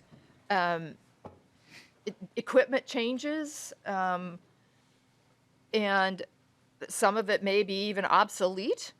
I think this is going to be just really problematic going forward. And I would suggest, and I'll be glad to reach out to Representative Fisher, but I'd be glad to suggest that we go back no more than 2 years. That seems to be what the industry standard would be, without creating large hiccups in supply chains and other things. And I do have one more question for you, Representative Stephenson. So how will this bill work with companies that, such as Canon, the photography folks, camera folks, if you have a problem with your Canon camera or lens or any part, you send it right back to them. There's no middle person. So how would this bill affect someone that wants to get their camera repaired? That's a Canon product. And we'll go to Representative Stephenson. I think I've heard him say a couple of times he's doing his best with a bill that is a part of the omnibus package. And to that point, I'll let Representative Stephenson do more on this, but also understanding he is not the actual bill author for this provision. Representative Stephenson. Thank you, Madam Chair. Representative Scott, my understanding of the right to repair language is that if you had a camera that you wanted to have repaired, you would have the option to either do it yourself or work with a third-party repair operation instead of the exclusive opportunity, your only choice under, as you represent, and I'm not familiar with Canon cameras, so I'm taking your representation at its word that your option is to send it back to them and have them fix it. That's the only thing you can do. If you didn't want to do that under this bill, you could try and fix it yourself, or you could take it to a third party, and Canon would be required to sell you the parts or sell the third party the parts that they would need to do the repair. So you would have more options, I think, is the function of the bill. Representative Scott. Thank you. Representative Stephenson, are other states that are adopting this fair repair sort of law bill, do they have a retroactivity going back to 2017, or how far do they go back?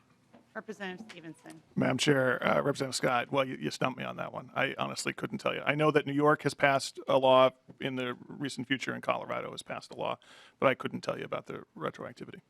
Representative Scott. Thank you, Madam Chair. Well, Representative Stephenson, my understanding is of New York, it's purely prospective. And I don't know about Colorado, but I do know for a fact that New York is purely prospective. It doesn't go back to, 5-6 years back, which again will be problematic. Thank you for the line of questioning, Madam Chair. Representative Stephenson. You're welcome, Representative Scott. Seeing nobody else on the list for the A2 amendment, all those in favor, please say aye. Aye. All those opposed, please say no. No. The motion prevails and the A2 amendment to the DE is adopted. So now the bill is, and then we're going to vote on the DE2 amendment as amended. DE4 as amended. Let me get my notes out here. So I'm going to move the DE4 amendment as amended. All those in favor, please say aye. Aye. All those opposed, please say no. No. The motion prevails and the amendment as amended is adopted. So now the bill is in its final shape. Further discussion on the bill. Lead Garoppolo. Thank you, Madam Chair. So Representative Stephenson, for those who have concerns with this section of the bill, do they call you or do they call Representative Fisher? Representative Stephenson. Madam Chair, Representative Garofalo, I think belt and suspenders is always the approach. I encourage you to talk to both of us. My door's always open. Okay. So, Representative Garofalo. So, Madam Chair, Representative Stephenson, in seriousness, there does seem to be concern among stakeholders about who the decider is. And they were expecting there to be a conference committee. Should they contact? Are you the decider, or is representative? And I understand it's a partnership there. They need to know who they can go to with the language, because right now they don't know. Representative Garofalo, I think he answered just talking to both him as the larger bill author and the bill author whose provisions are on the bill is probably the best approach but Representative Stephenson, I think. Well, the only thing Madam Chair, Representative Garofalo, I think that one thing I would encourage members to understand is there's a difference between being heard and getting what you want. And, my door is always open. That doesn't mean you're always going to get the answer you want. And that doesn't mean that people aren't being listened to or heard or having access or that they weren't communicated. There's been public hearings on this. I've been very clear with stakeholders about the process for this. Everyone's, had an opportunity. And I think sometimes when people don't get the answer they want, they get frustrated. And I can appreciate that. But I think that that's important to keep in mind. And Representative Garofalo. Thank you, Madam Chair. And Representative Stephenson, that's certainly reasonable. I think the confusion that we're hearing from the government relations community right now is that direction on how to proceed is there's different messages being communicated to them on who they should talk to if they want changes. Like who is actually authorized to make the decision. That's the thing I was trying to clarify. We can talk offline about it. That's perfectly okay. There are many other provisions in your bill I have concerns with, but in the interest of time, I'm just going to say I'll vote no in your bill. Thanks. Representative Nash. Thank you, Madam Chair. And to the author, you and I and a good many others worked together to get the liquor omnibus bill across the finish line last biennium. And I know that it was a moving and an evolving thing up until the very last minute. Can we have your commitment that in the face of serious concerns that everybody would agree are serious concerns, that you would be willing to amend certain things out of your bill regarding the digital right to repair? Because I think, again, just the amendment that was added, the fact that that is not serious language at all, and I'm not gonna pick on him, but I think Representative Neuer was shaking his head as well, that's not written by an actual practitioner. Don't come to any of us because we don't want to jade that, but seek actual input from people who do this professionally.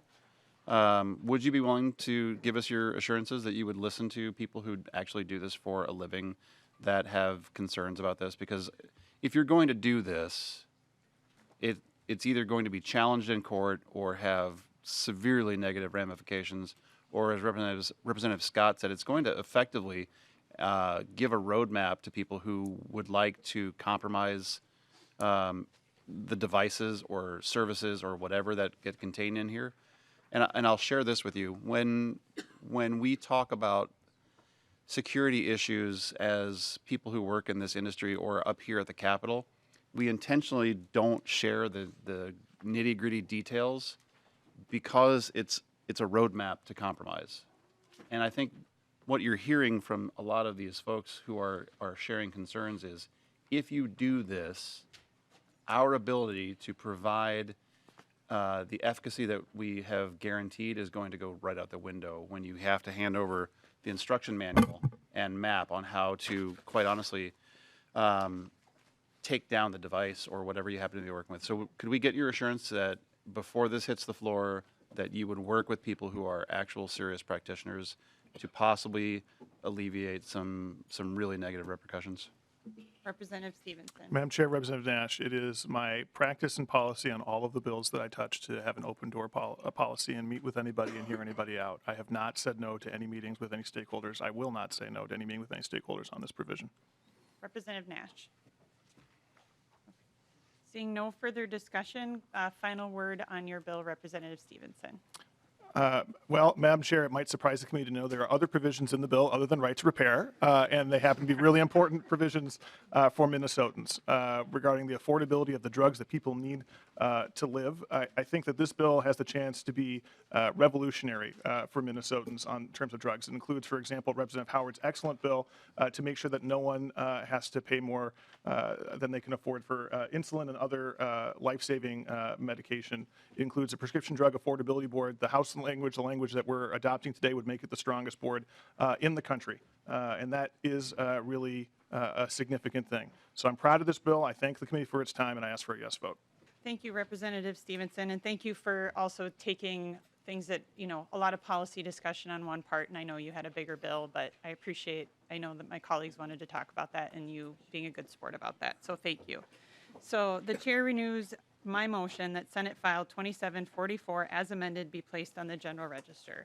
All those in favor, please say aye. Aye. All those opposed, please say no. No. The motion prevails and Senate File 2744 as amended has been placed on the general register. Thank you, Representative Stephenson.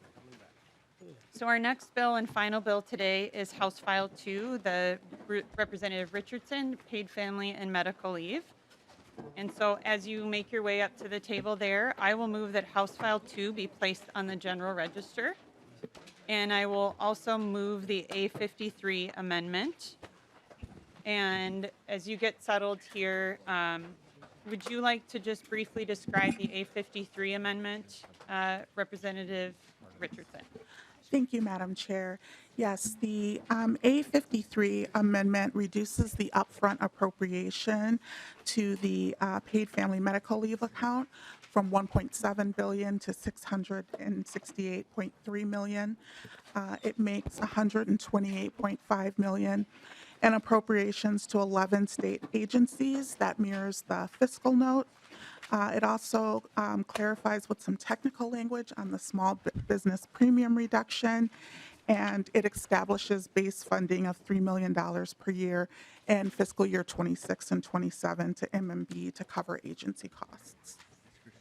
Discussion to the A53 amendment. Representative Garofalo. Thank you, Madam Chair. And Representative Richardson, can you explain the language on lines 1.2 and 1.3? Representative Richardson. Thank you, Madam Chair, and thank you, Representative Garofalo, for the question.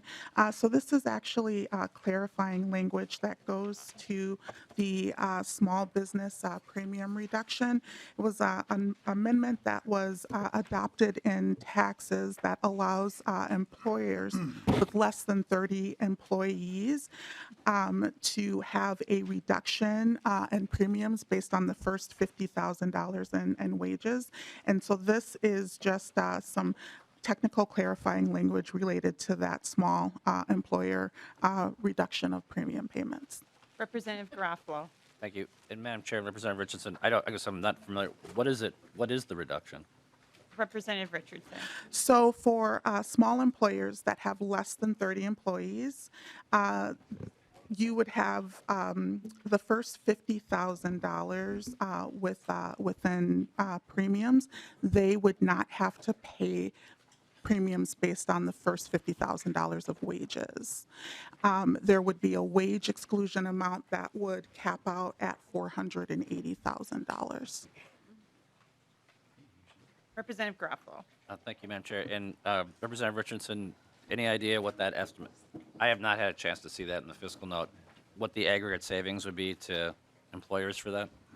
Representative Richardson. Thank you, Madam Chair. And so on the amended fiscal notes, there is a reference to that. I believe it's on page 3 of the HF25A fiscal note, and that'd be about $44.2 million.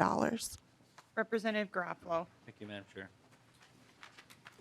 Seeing no further discussion on the A53 amendment, all those in favor, please say aye. Aye. All those opposed, please say no. No. The motion prevails and the A53 amendment is adopted. To your bill as amended, Representative Richardson. Thank you, Madam Chair. House File 2 as amended establishes a statewide family and medical leave benefit program that would provide a safety net for families who need to take time away from work to care for a new child, care for a sick family member, or to recover themselves. Just want to take an opportunity to lift up the incredible amount of work that continues to happen around this bill as we're engaging with groups representing employers, business owners, the insurance and construction industry, state agencies, city and county considerations, social services, and families. This bill is a reflection of many voices, and we're trying to work to make it better for employers, including those interested in offering a private plan, while also ensuring that there are strong protections for workers as well. Ultimately, at the heart of this bill is a recognition of our universal humanity and a recognition that at some point we or our loved ones are going to need some time off to bond, to heal, to recover, or navigate providing care for a loved one. I'll talk really briefly about some of the appropriations within the bill, as this is a fiscal committee. As noted within the amendment, this bill would front load $668 million from the general fund. In addition to that, there is an estimated about $70 million in administrative costs each year that are anticipated. The first year for fiscal year 24 and 25, that is a little bit higher at $83.4 million to think about the IT build out that is related to that. And aside from DEED, the fiscal note projects costs to 11 other state agencies. MMB would be at $16.8 million each year. The Met Council at $9 million, and the University of Minnesota at $6.4. The vast majority of these costs would be attributed to being an employer. And I will pause right there for questions. Thank you, Madam Chair. Thank you, Representative Richardson. So discussion to the bill. Representative Novotny. Thank you, Chair. Representative Richardson, it looks FTEs looks like there's 407 now. Tails in the FTE for D and the current fiscal notes is almost 90. Can you explain all this and where the estimates for all these FTEs coming from in the program? Representative Richardson. Thank you, Madam Chair. So that is correct. For the deed portion of this work, it's projected to be 407 FTEs by the time the program is fully up and running at the start of fiscal year 26. The majority of these FTEs, 84% of them, would be responsible for handling applications and payment of benefits, and also the appeals. There's also a handful of employers, I think 13 to 14, related to the 11 other state agencies as well. Representative Novotny. Thank you, Chair. Representative Richardson, do we know what's the percentage of cost for the administration of this whole plan? Representative Richardson. As it relates to deed, about 7% of the premium collection would be allocated to administrative costs. Representative Novotny. Thank you, Chair. Last question. What is that in dollars then? Representative Richardson. Thank you, Madam. Thank you, Madam Chair. So, in terms of the way that this plays out, DEED is projecting with the cost modeling that they have done that about $1.014 billion annually would be collected as it relates to premiums, and so it would be approximately 7% of that modeled number. Representative Novotny. Thank you, Chair. Representative Nash. Thank you, Madam Chair. And to the author, you said that in year one, there's an $84 million appropriation for the build out, if I got that number correctly when you were just saying that, for the IT build out. So you knew that I was going to go to that. I've asked that a number of times. Can you tell us what is the software that's going to be procured, or is it being built? And can you assure us what's going on? Because for those that don't know, the Washington model, the software, it's known not to work particularly well, and it's caused many, many problems. So could you maybe tell us what the $84 million is going to do and what piece of software is going to be used? Representative Richardson. Thank you, Madam Chair, and thank you, Representative Nash, for the question. So I can talk to the fact that DEED has been looking not only at Washington, but at other states as well. And I think the plan around the IT build-out is to clone some of the ways that our current UI system is working.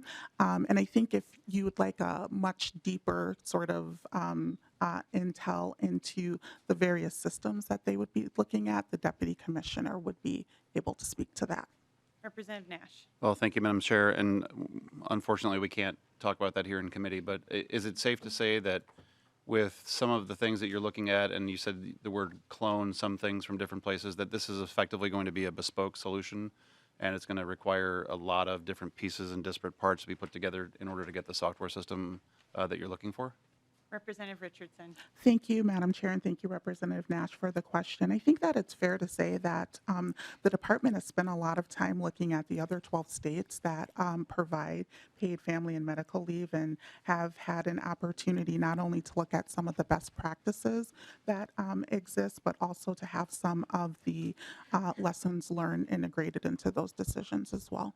Representative Nash. Thanks, Madam Chair, and this will be the last. Well, so once again, when you say that they're going to take the best pieces of this and that and make it into something, it's not an existing piece of software, and it's going to require that somebody, whether it be Minute or an outside contractor or whomever, to effectively take a blank sheet of paper and use things from different states, but that code isn't going to be available to them to build this piece of software. They're going to have to code it from the ground up. Or am I mistaken on that? Because when you say that they're going to clone best things and put it into whatever the Minnesota solution is, nothing exists today to do that with. And I'm just trying to figure out what are they doing from these other, I think you said 12 states? What are they doing from the other 12 states? Where are they getting that language, or how are they going to do that? Because if you've been here long enough, you've seen that when we do bespoke software, Chair Hornstein can speak to this almost as well as anybody else, and Chair Liebling can as well with some of the MNsure things that we have done. It doesn't always work really well. We want it to work well, but I'm just trying to figure out, how is that happening? How do you plan on getting there? Representative Richardson. Thank you, Madam Chair, and thank you, Representative Nash, for the question. So when we talk about cloning, much of the bill of House File number 2 is cloned after our existing unemployment insurance program. And I think that I would also just lift up that the department had to do some significant work when it came to changes to implement the pandemic unemployment insurance program. And as a part of that work, we were among the first in the nation to get our system stood up in order to be able to pay out benefits. And so recognizing that there are some pieces of this bill that relate to the way that we currently do work around our unemployment insurance, I think that's an important piece of the cloning as well. Representative Nash. Well, I guess nobody walked into committee today thinking it was going to be IT day in Ways and Means, but I just don't have a lot of faith in that. So I would love to get more if it's possible. Would love to talk to somebody about how this is planning on working, because I don't have a high level of confidence in that. And the software is going to be the very backbone upon which everything works or doesn't.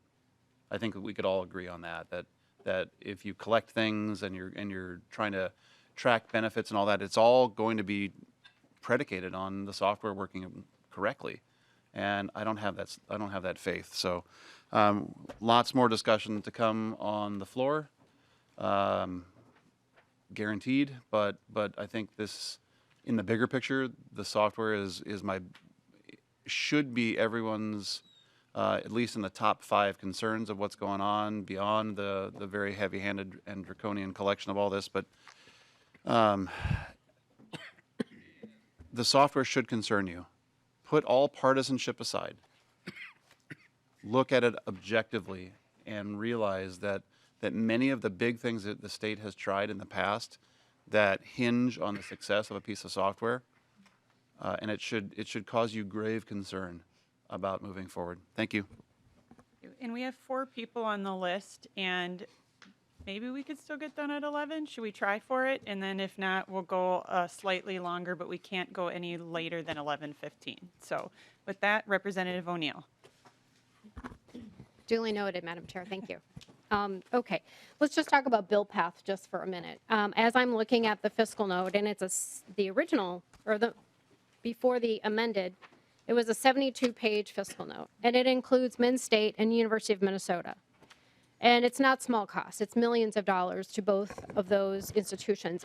Did this bill go through the Higher Ed Committee? Representative Richardson. Thank you, Madam Chair, and thank you, Representative O'Neill, for the question. It did not go through the Higher Education Committee. Representative O'Neill. Thank you, Madam Chair. Representative Richardson, when was the first fiscal note finished and made available?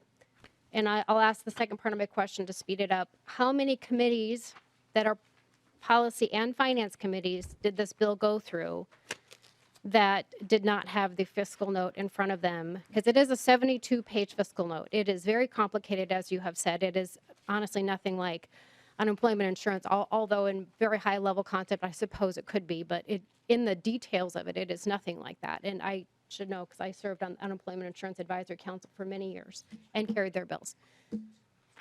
Representative Richardson. Representative Richardson. Thank you, Madam Chair. The bill went through the Workforce Committee, it went through the Taxes Committee, and it went through the Commerce Committee with a fiscal note. Thank you. And I will note too, maybe you already said this, I apologize if you did, but we actually did have the bill, or the bill was re-referred back to Workforce to have a chance to vet it in its Committee of Primary Jurisdiction with a fiscal note. Representative O'Neill. Thank you, Madam Chair. So it did not have a fiscal note for judiciary, finance, civil law. It didn't have it for state gov. It didn't have it for children and families, finance and policy. I can't remember if you said the labor and industry, policy and finance. In any case, there were many of these committees that it had a decent impact on without a fiscal note that it went through, and it did not even come to the Higher Ed Committee. And as I was reading through the 72-page fiscal note, it does have quite a bit of an impact to higher ed. So that is problematic. I think that it probably should have gone through higher ed. Now, just to the basics of the bill, can you tell us which employers, and employees will be covered by this in the state of Minnesota? Representative Richardson. Thank you, Madam Chair. So the bill will apply to employees broadly across the state. There are some exceptions that are written into the bill as it relates to independent contractors. There are also some premium relief for small businesses with less than 30 employees. And as it relates to the protection while taking leave, there are also some exceptions to reinstatement for time-limited positions or discrete projects. Representative O'Neill. Thank you, Madam Chair. So this bill applies to nonprofits, government entities, higher education institutions, business, including businesses that have as little as one employee. Is that correct? Representative Richardson. Thank you, Madam Chair. So with the carve out for small employers as it relates to premiums, depending upon how much that one employee would earn, it would be determinative as to whether that employer would be required to contribute any premium. Representative O'Neill. Thank you, Madam Chair. Let's talk about benefits really quickly because this is, I just want to fully understand this. So you have 3 basic categories and you can take 12 weeks per category and you can stack them on top of each other. So you could do 12, 12, and 12, which is 36 weeks in some situations. And can you just quickly go through who is in, like what would qualify for of those 3 categories? Representative Richardson. Thank you, Madam Chair. And just to clarify, as it relates to the stacking of 12 weeks and 12 weeks, that would be 24. And there would be leave for a worker's own serious health condition or to care for a family member's serious health condition. There's also leave related to pregnancy or bonding. And then also there are opportunities for those on active duty to take leave as well. Representative O'Neill. Thank you, Madam Chair. Well, as I read the fiscal note, that's not exactly what I see. I see that first, pregnancy and medical leave are lumped together. And maybe the fiscal note's incorrect. I don't know. And then it lumps together family care benefits, so taking care of a family member, and bonding. So you could do pregnancy and then bonding, I'm assuming. So family care, bonding, and safety leave, which I'm not quite sure what you mean by safety leave, but that's all lumped together. And then exigency, extraordinary circumstances where there is high need, high emergency, that's another 12 weeks. So, I mean, it's a little different than what you said, what's in the fiscal note.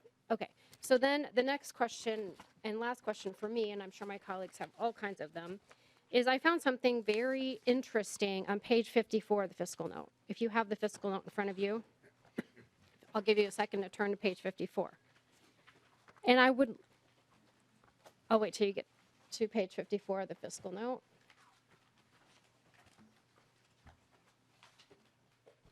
Okay.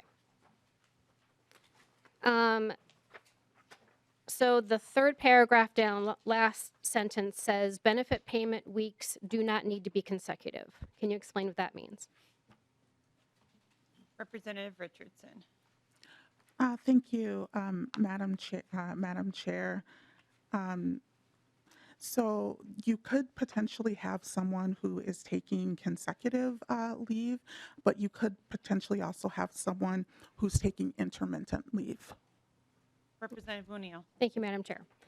Okay, then the paragraph right above where it says assumptions.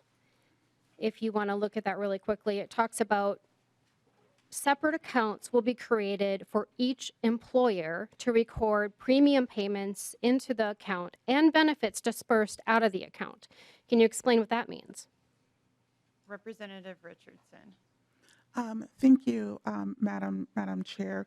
So as it relates to the administration of benefits, that goes to the appropriations to deed because they would have ultimate responsibility for the administration of the program.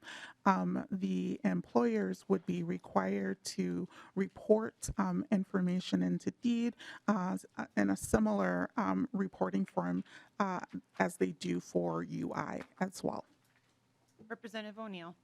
Thank you, Madam Chair. I don't think that's exactly what it means because the paragraph goes on. It says, beginning in the state fiscal year of 2027, each employer's premium rate will be adjusted to the rate that maintains at least 1.45 times the amount dispersed from that employer's account in the previous year. So they're going to look at the previous year's disbursements. So if they have, I don't know, 3 or 4 or 5 employees, and one person is out 12, and then another 12, and then potentially another 12 on top of that, that's a lot of money. And when I was reading through the fiscal note, there's a cap on the per week disbursement, which is not taxed, by the way. It could be at least, we'll just throw $1,000 a week. That's an easy number. That was a little bit more than that was for the average.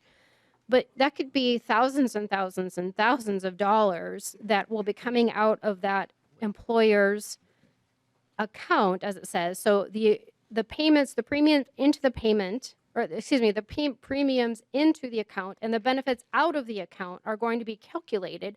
And in 2027, you have to have 1.45 times the amount that was dispersed from that employer's account that was dispersed from the previous year. So if you've got just a handful of employees paying in, and you've got one employee taking out thousands, how does that work, Representative Richardson? Representative Richardson. Thank you, Madam Chair. So the program is it pulls the risk across the state. So it creates a larger pool of individuals, which in turn brings down the cost of the benefit program. And I just want to also lift up that if you have less than 30 employees, and I'll give you this example. If you have 10 workers all making less than $50,000 a year, the employer would not be required to pay any premium in that regard. And so I think it's important as we talk about this as the impact that it will have on small employees that we lift up that carve out. Representative O'Neill. Thank you, Madam Chair. So the carve-out is just minuscule compared to the scenario I just described. And I don't see anywhere in this fiscal note it talks about pooling, which is what UI does, which is why I was shocked when you said this is like UI, which I was hoping that it would be UI, you pay in the premiums. And I know on yours it's like 0.7% of the wages coming into this account. But then when I read this on page 54, I was really confused because this is not that. This is not how UI does it. So unless you can point to somewhere else in the bill itself or in the fiscal note that counters what it says on page 54, I don't think that that's accurate. Thank you, Madam Chair. Thank you. And we have Petersburg, Pinto, Scott, and Garofalo on the list in 15 minutes. And our other option to finish this, if not by 11:15, is to recess at some point tonight during the floor session and come back and finish. So, Representative Petersburg. Thank you, and I'll just talk about 2 items here. One is kind of continuing on what Representative O'Neill said. So if at the end of all that time it doesn't achieve the base level of there, because with UI, premiums are adjusted every year, and we are backfilling some dollars, can you tell us how we're going to determine the new premiums and how that's going to be backfilled in order to keep this fund appropriate? Because I was here during Mincher startup, and I could tell you the first year it was in a big hole, and because there are a lot more people using it than what we anticipated. And so I'm concerned about how the first few years as it's being set up, that it stood up, that it's going to have a big devastating liability for us. So how would that work? Representative Richardson. Thank you, Madam Chair. So the cost modeling related to this has been done through the Institute for the Women's Policy Research at the University of Minnesota. Indeed, also used the U.S. Department of Labor worker paid leave usage simulator, which provides an open source simulation tool that's used by researchers, the federal and state and local policymakers to model out the cost. I would bring the members' attention to page 9 of the fiscal note. As it talks through not only the modeling approach, but it also provides that DEED has been doubly conservative when it did the modeling that related to this work. So thinking of that in terms of they took a conservative approach and then doubled it. And that reference is on page 10 of the fiscal note below the chart under total benefit costs. The values in this model output are doubly conservative. Representative Petersburg. Thank you. Well, I hope the predictions are there. Thank you, Madam Chair.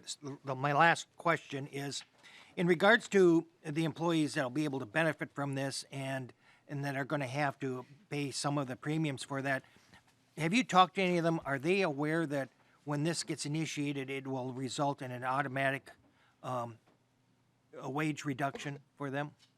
Representative Richardson. Thank you, Madam Chair, and thank you, Representative Petersburg, for the question. Yes, we've talked with employers, we've talked with employees as well. And in terms of, again, from the small employer perspective, for micro businesses, there would be those employers who would not be paying any premiums at all. And in terms of the interest and the want for paid family medical leave, over 80% of Americans across party lines support access to paid family and medical leave, because at the heart of this is being able to care for yourself and your loved ones.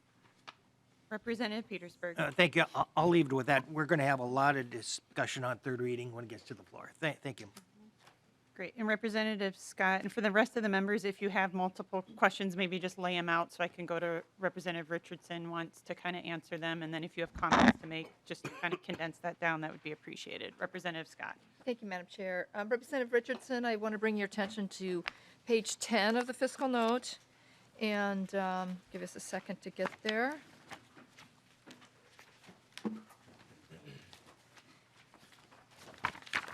And down towards that bottom paragraph, the first sentence, it says the values in this model output are doubly conservative. First, DEED used the value for the upper confidence interval for estimating beneficiaries and so forth. And I'm just wondering, what did the other confidence intervals created in this modeling show, and what was the probability of those scenarios occurring? Representative Richardson. Thank you, Madam Chair. So as it relates to the leave pieces, you can see within the chart, DEED did modeling around the various types of leave that are available, and they made estimates as it related to the number of beneficiaries that would be taking that leave, and they also estimated the cost of that leave. And with that first line, they talked about the model output being doubly conservative, so they went to more people taking leave than they estimated as part of that conservative model, and then they doubled it. Representative Scott. Thank you, Madam Chair, and Representative Richardson. So, but I'm not seeing on that chart anywhere where it shows the other scenarios, the other probability scenarios. Is that somewhere in the fiscal note and I'm just not seeing it, or? Representative Richardson. Thank you, Madam Chair. So what the fiscal note shows are the doubly conservative numbers. Representative Scott. Thank you, Madam Chair. Not really answering my question there. we'll go to a different question. In the fiscal note, what's the average number of paid weeks that a user is expected to take for all claims? If you have Representative Richardson. Thank you. Thank you, Madam Chair.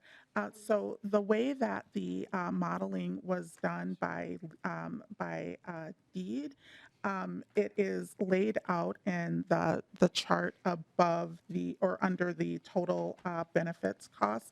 Again, it details the type of leave and the estimated beneficiaries along with the estimated benefits. It does not break it down by the number of weeks, but I would also point to in the bill that there is a belt and suspenders approach that is being taken related to an actuarial study that would be required to be reported to the legislature by October of 2023. And Representative Scott, last question or comment? Sure, Representative thank Scott. you. Thank you. My final question, and then I'll, based on her answer, I'll want to comment just to close. Representative Richardson, how many meetings have you had in the past 2 years with representatives from the business community? Representative Richardson. Over the past 3 years that I have carried this bill, I have had a number of business meetings with folks from the business community, from employers, small business owners, nonprofits, associations, and city and county folks as well. Representative Scott.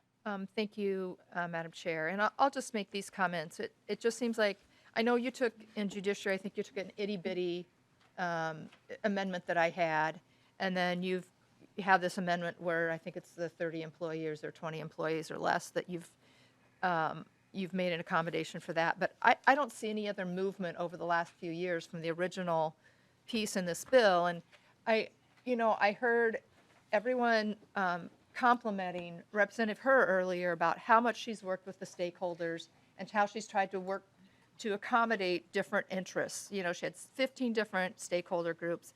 And I just haven't seen that with this bill. And this bill is going to, this is going to change a lot of the business and employee-employer relations going forward in this state. It's going to make it's a bill of large magnitude. We know that just simply by the price tag alone. And so I just don't see that same sort of collaborativeness, I guess, happening with this bill. And that concerns me because, again, of a bill with this magnitude, we want to get this right, right? And I think there are stakeholder groups, the business community, they're not opposed to the concept of what this bill ultimately, what this bill is trying to accomplish. It's the way in which you're trying to accomplish it that is, onerous. I have read through letters here from the St. Paul Chamber of Commerce, the Rochester Chamber of Commerce. The list of concerns is great. And so I just feel like this hasn't been given the due diligence that maybe it deserves for something of this magnitude. Thank you, Madam Chair. Representative Pinto. Thank you, Chair. Very briefly, Representative Richardson, I do see that collaboration. I'll say that right across the border in Canada, as you know, 12 months paid leave, businesses of all sizes, 12 months. And as somebody who's an advocate for young children, the thought that a parent is going to be back, is not going to be with their baby after a mere 12 weeks, it just drives me crazy. But I know that the compromises that you've made and the coalition has made to get us to the spot that we are at over the last couple of years is really incredible. And so I'm so grateful to you for that work. This is a dignified part of employment. And there was talk earlier about different kinds of businesses involved. In all cases, they all involve people, human beings, who have needs, and you've structured this program to be based on an unemployment insurance program, which I think is really powerful. So thank you so much for your work. It is critical that we make this happen, and thank you. And final close, lead Garofalo before we go to the bill author. Thank you, Madam Chair. First, Representative Richardson, what are the reserve requirements in the bill? Representative Richardson. Thank you. Thank you, Madam Chair. The reserve requirements, see if I can find that.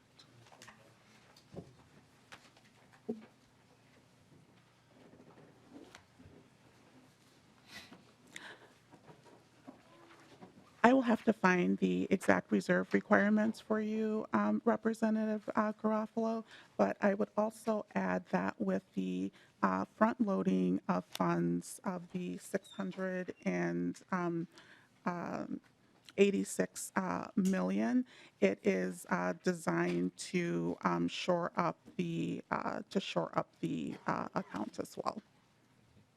Madam Thank you, Chair. Representative Garofalo. And we do have nonpartisan staff who would be able to answer that if you would like them to Thank you. come down to the testifier table. Please So do. Thank you. I think we have Ms. James somewhere here. Do we have Marta?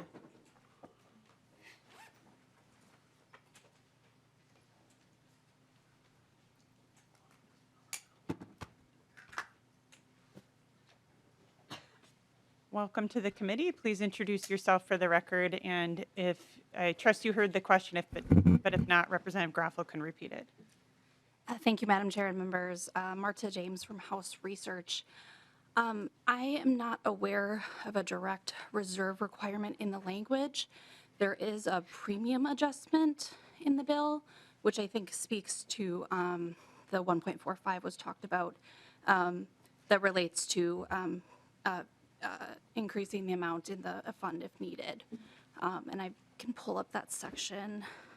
Madam, Representative Garofalo. Yeah, so it's the premium adjustment is my understanding. Representative Garofalo. thank you, Madam Chair, and to the nonpartisan staff. So there, I agree with you. My understanding is there is no reserve requirement. And then of the initial appropriation of 600 and some 60 odd million, is there any requirement that that portion of it be initially dedicated to reserve versus how much is going to be spent building it out? Ms. James. Madam Chair and Representative Garofalo, I'm not aware of that offhand, but fiscal staff might be able to speak to that more than I could. I'm pretty sure maybe fiscal Representative staff can Garofalo. interject if we're wrong in those statements, but I think that's correct. Representative Garofalo. Thank you, Madam Chair, and so thank you, nonpartisan staff, for sharing your thoughts on that, or for verifying that.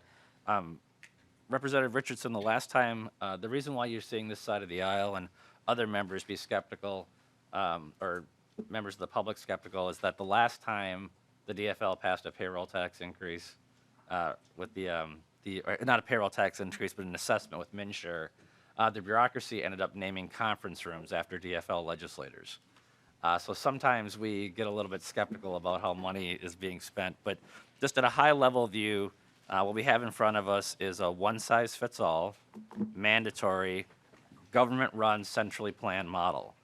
This side of the aisle thinks that a flexible opt-in that's privately run and competitive would be a better way of doing things. Why is the model you're proposing better than the one that I and others have suggested? Representative Garofalo, Representative Richardson, we'll come back to you. Do you have any more questions you have for the bill author, or we'll have? Depends upon her answer, Madam. Okay. Representative Richardson. Thank you. In terms of the system that we have right now, it is an opt-in system. And with the opt-in system that we have right now, who is being left behind in terms of having access to paid family and medical leave include women, communities of color, and low-income folks as well. With the current opt-in system that we have, the reality is that the individuals who tend to have access to paid family leave are those who could float a leave if they had to, versus individuals who are most likely not to have access to it. So this is about widening the safety net so that more individuals who have the need to either care for themselves, recover, or care for a loved one would be able to do that. And I would just lift up that this isn't a one-size-fit-all approach. There are exclusions that are in here for independent contractors, looking at small employers, looking at individuals that might have seasonal variation to the work that they're doing as well. Representative Graffel, final close here would be great. Thank you. This will be the final close. Thank you, Madam Chair.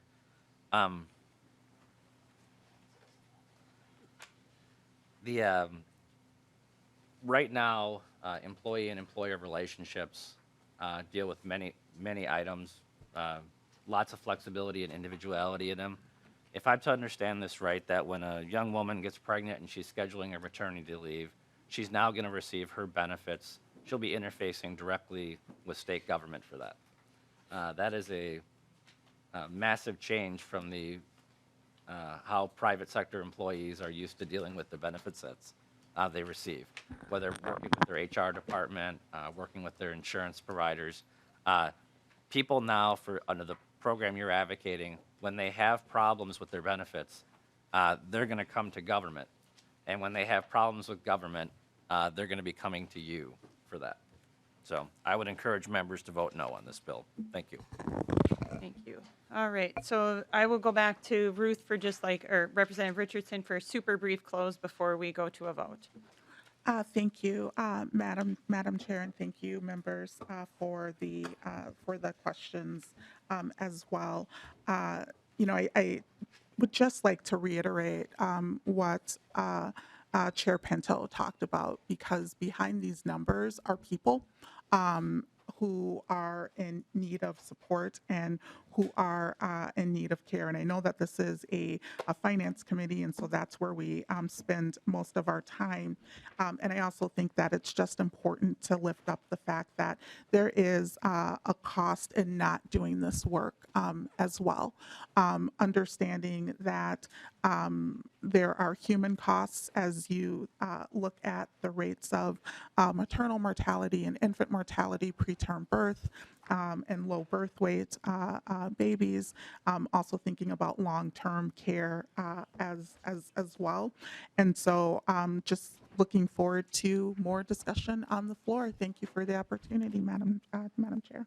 Thank you, Representative Richardson. And with that, I renew my motion that House File 2 as amended be placed on the general register. All those in favor, please say aye. Aye. All those opposed, please say no. No. The motion prevails and House File 2 as amended has been placed on the general register. And with that, we are adjourned.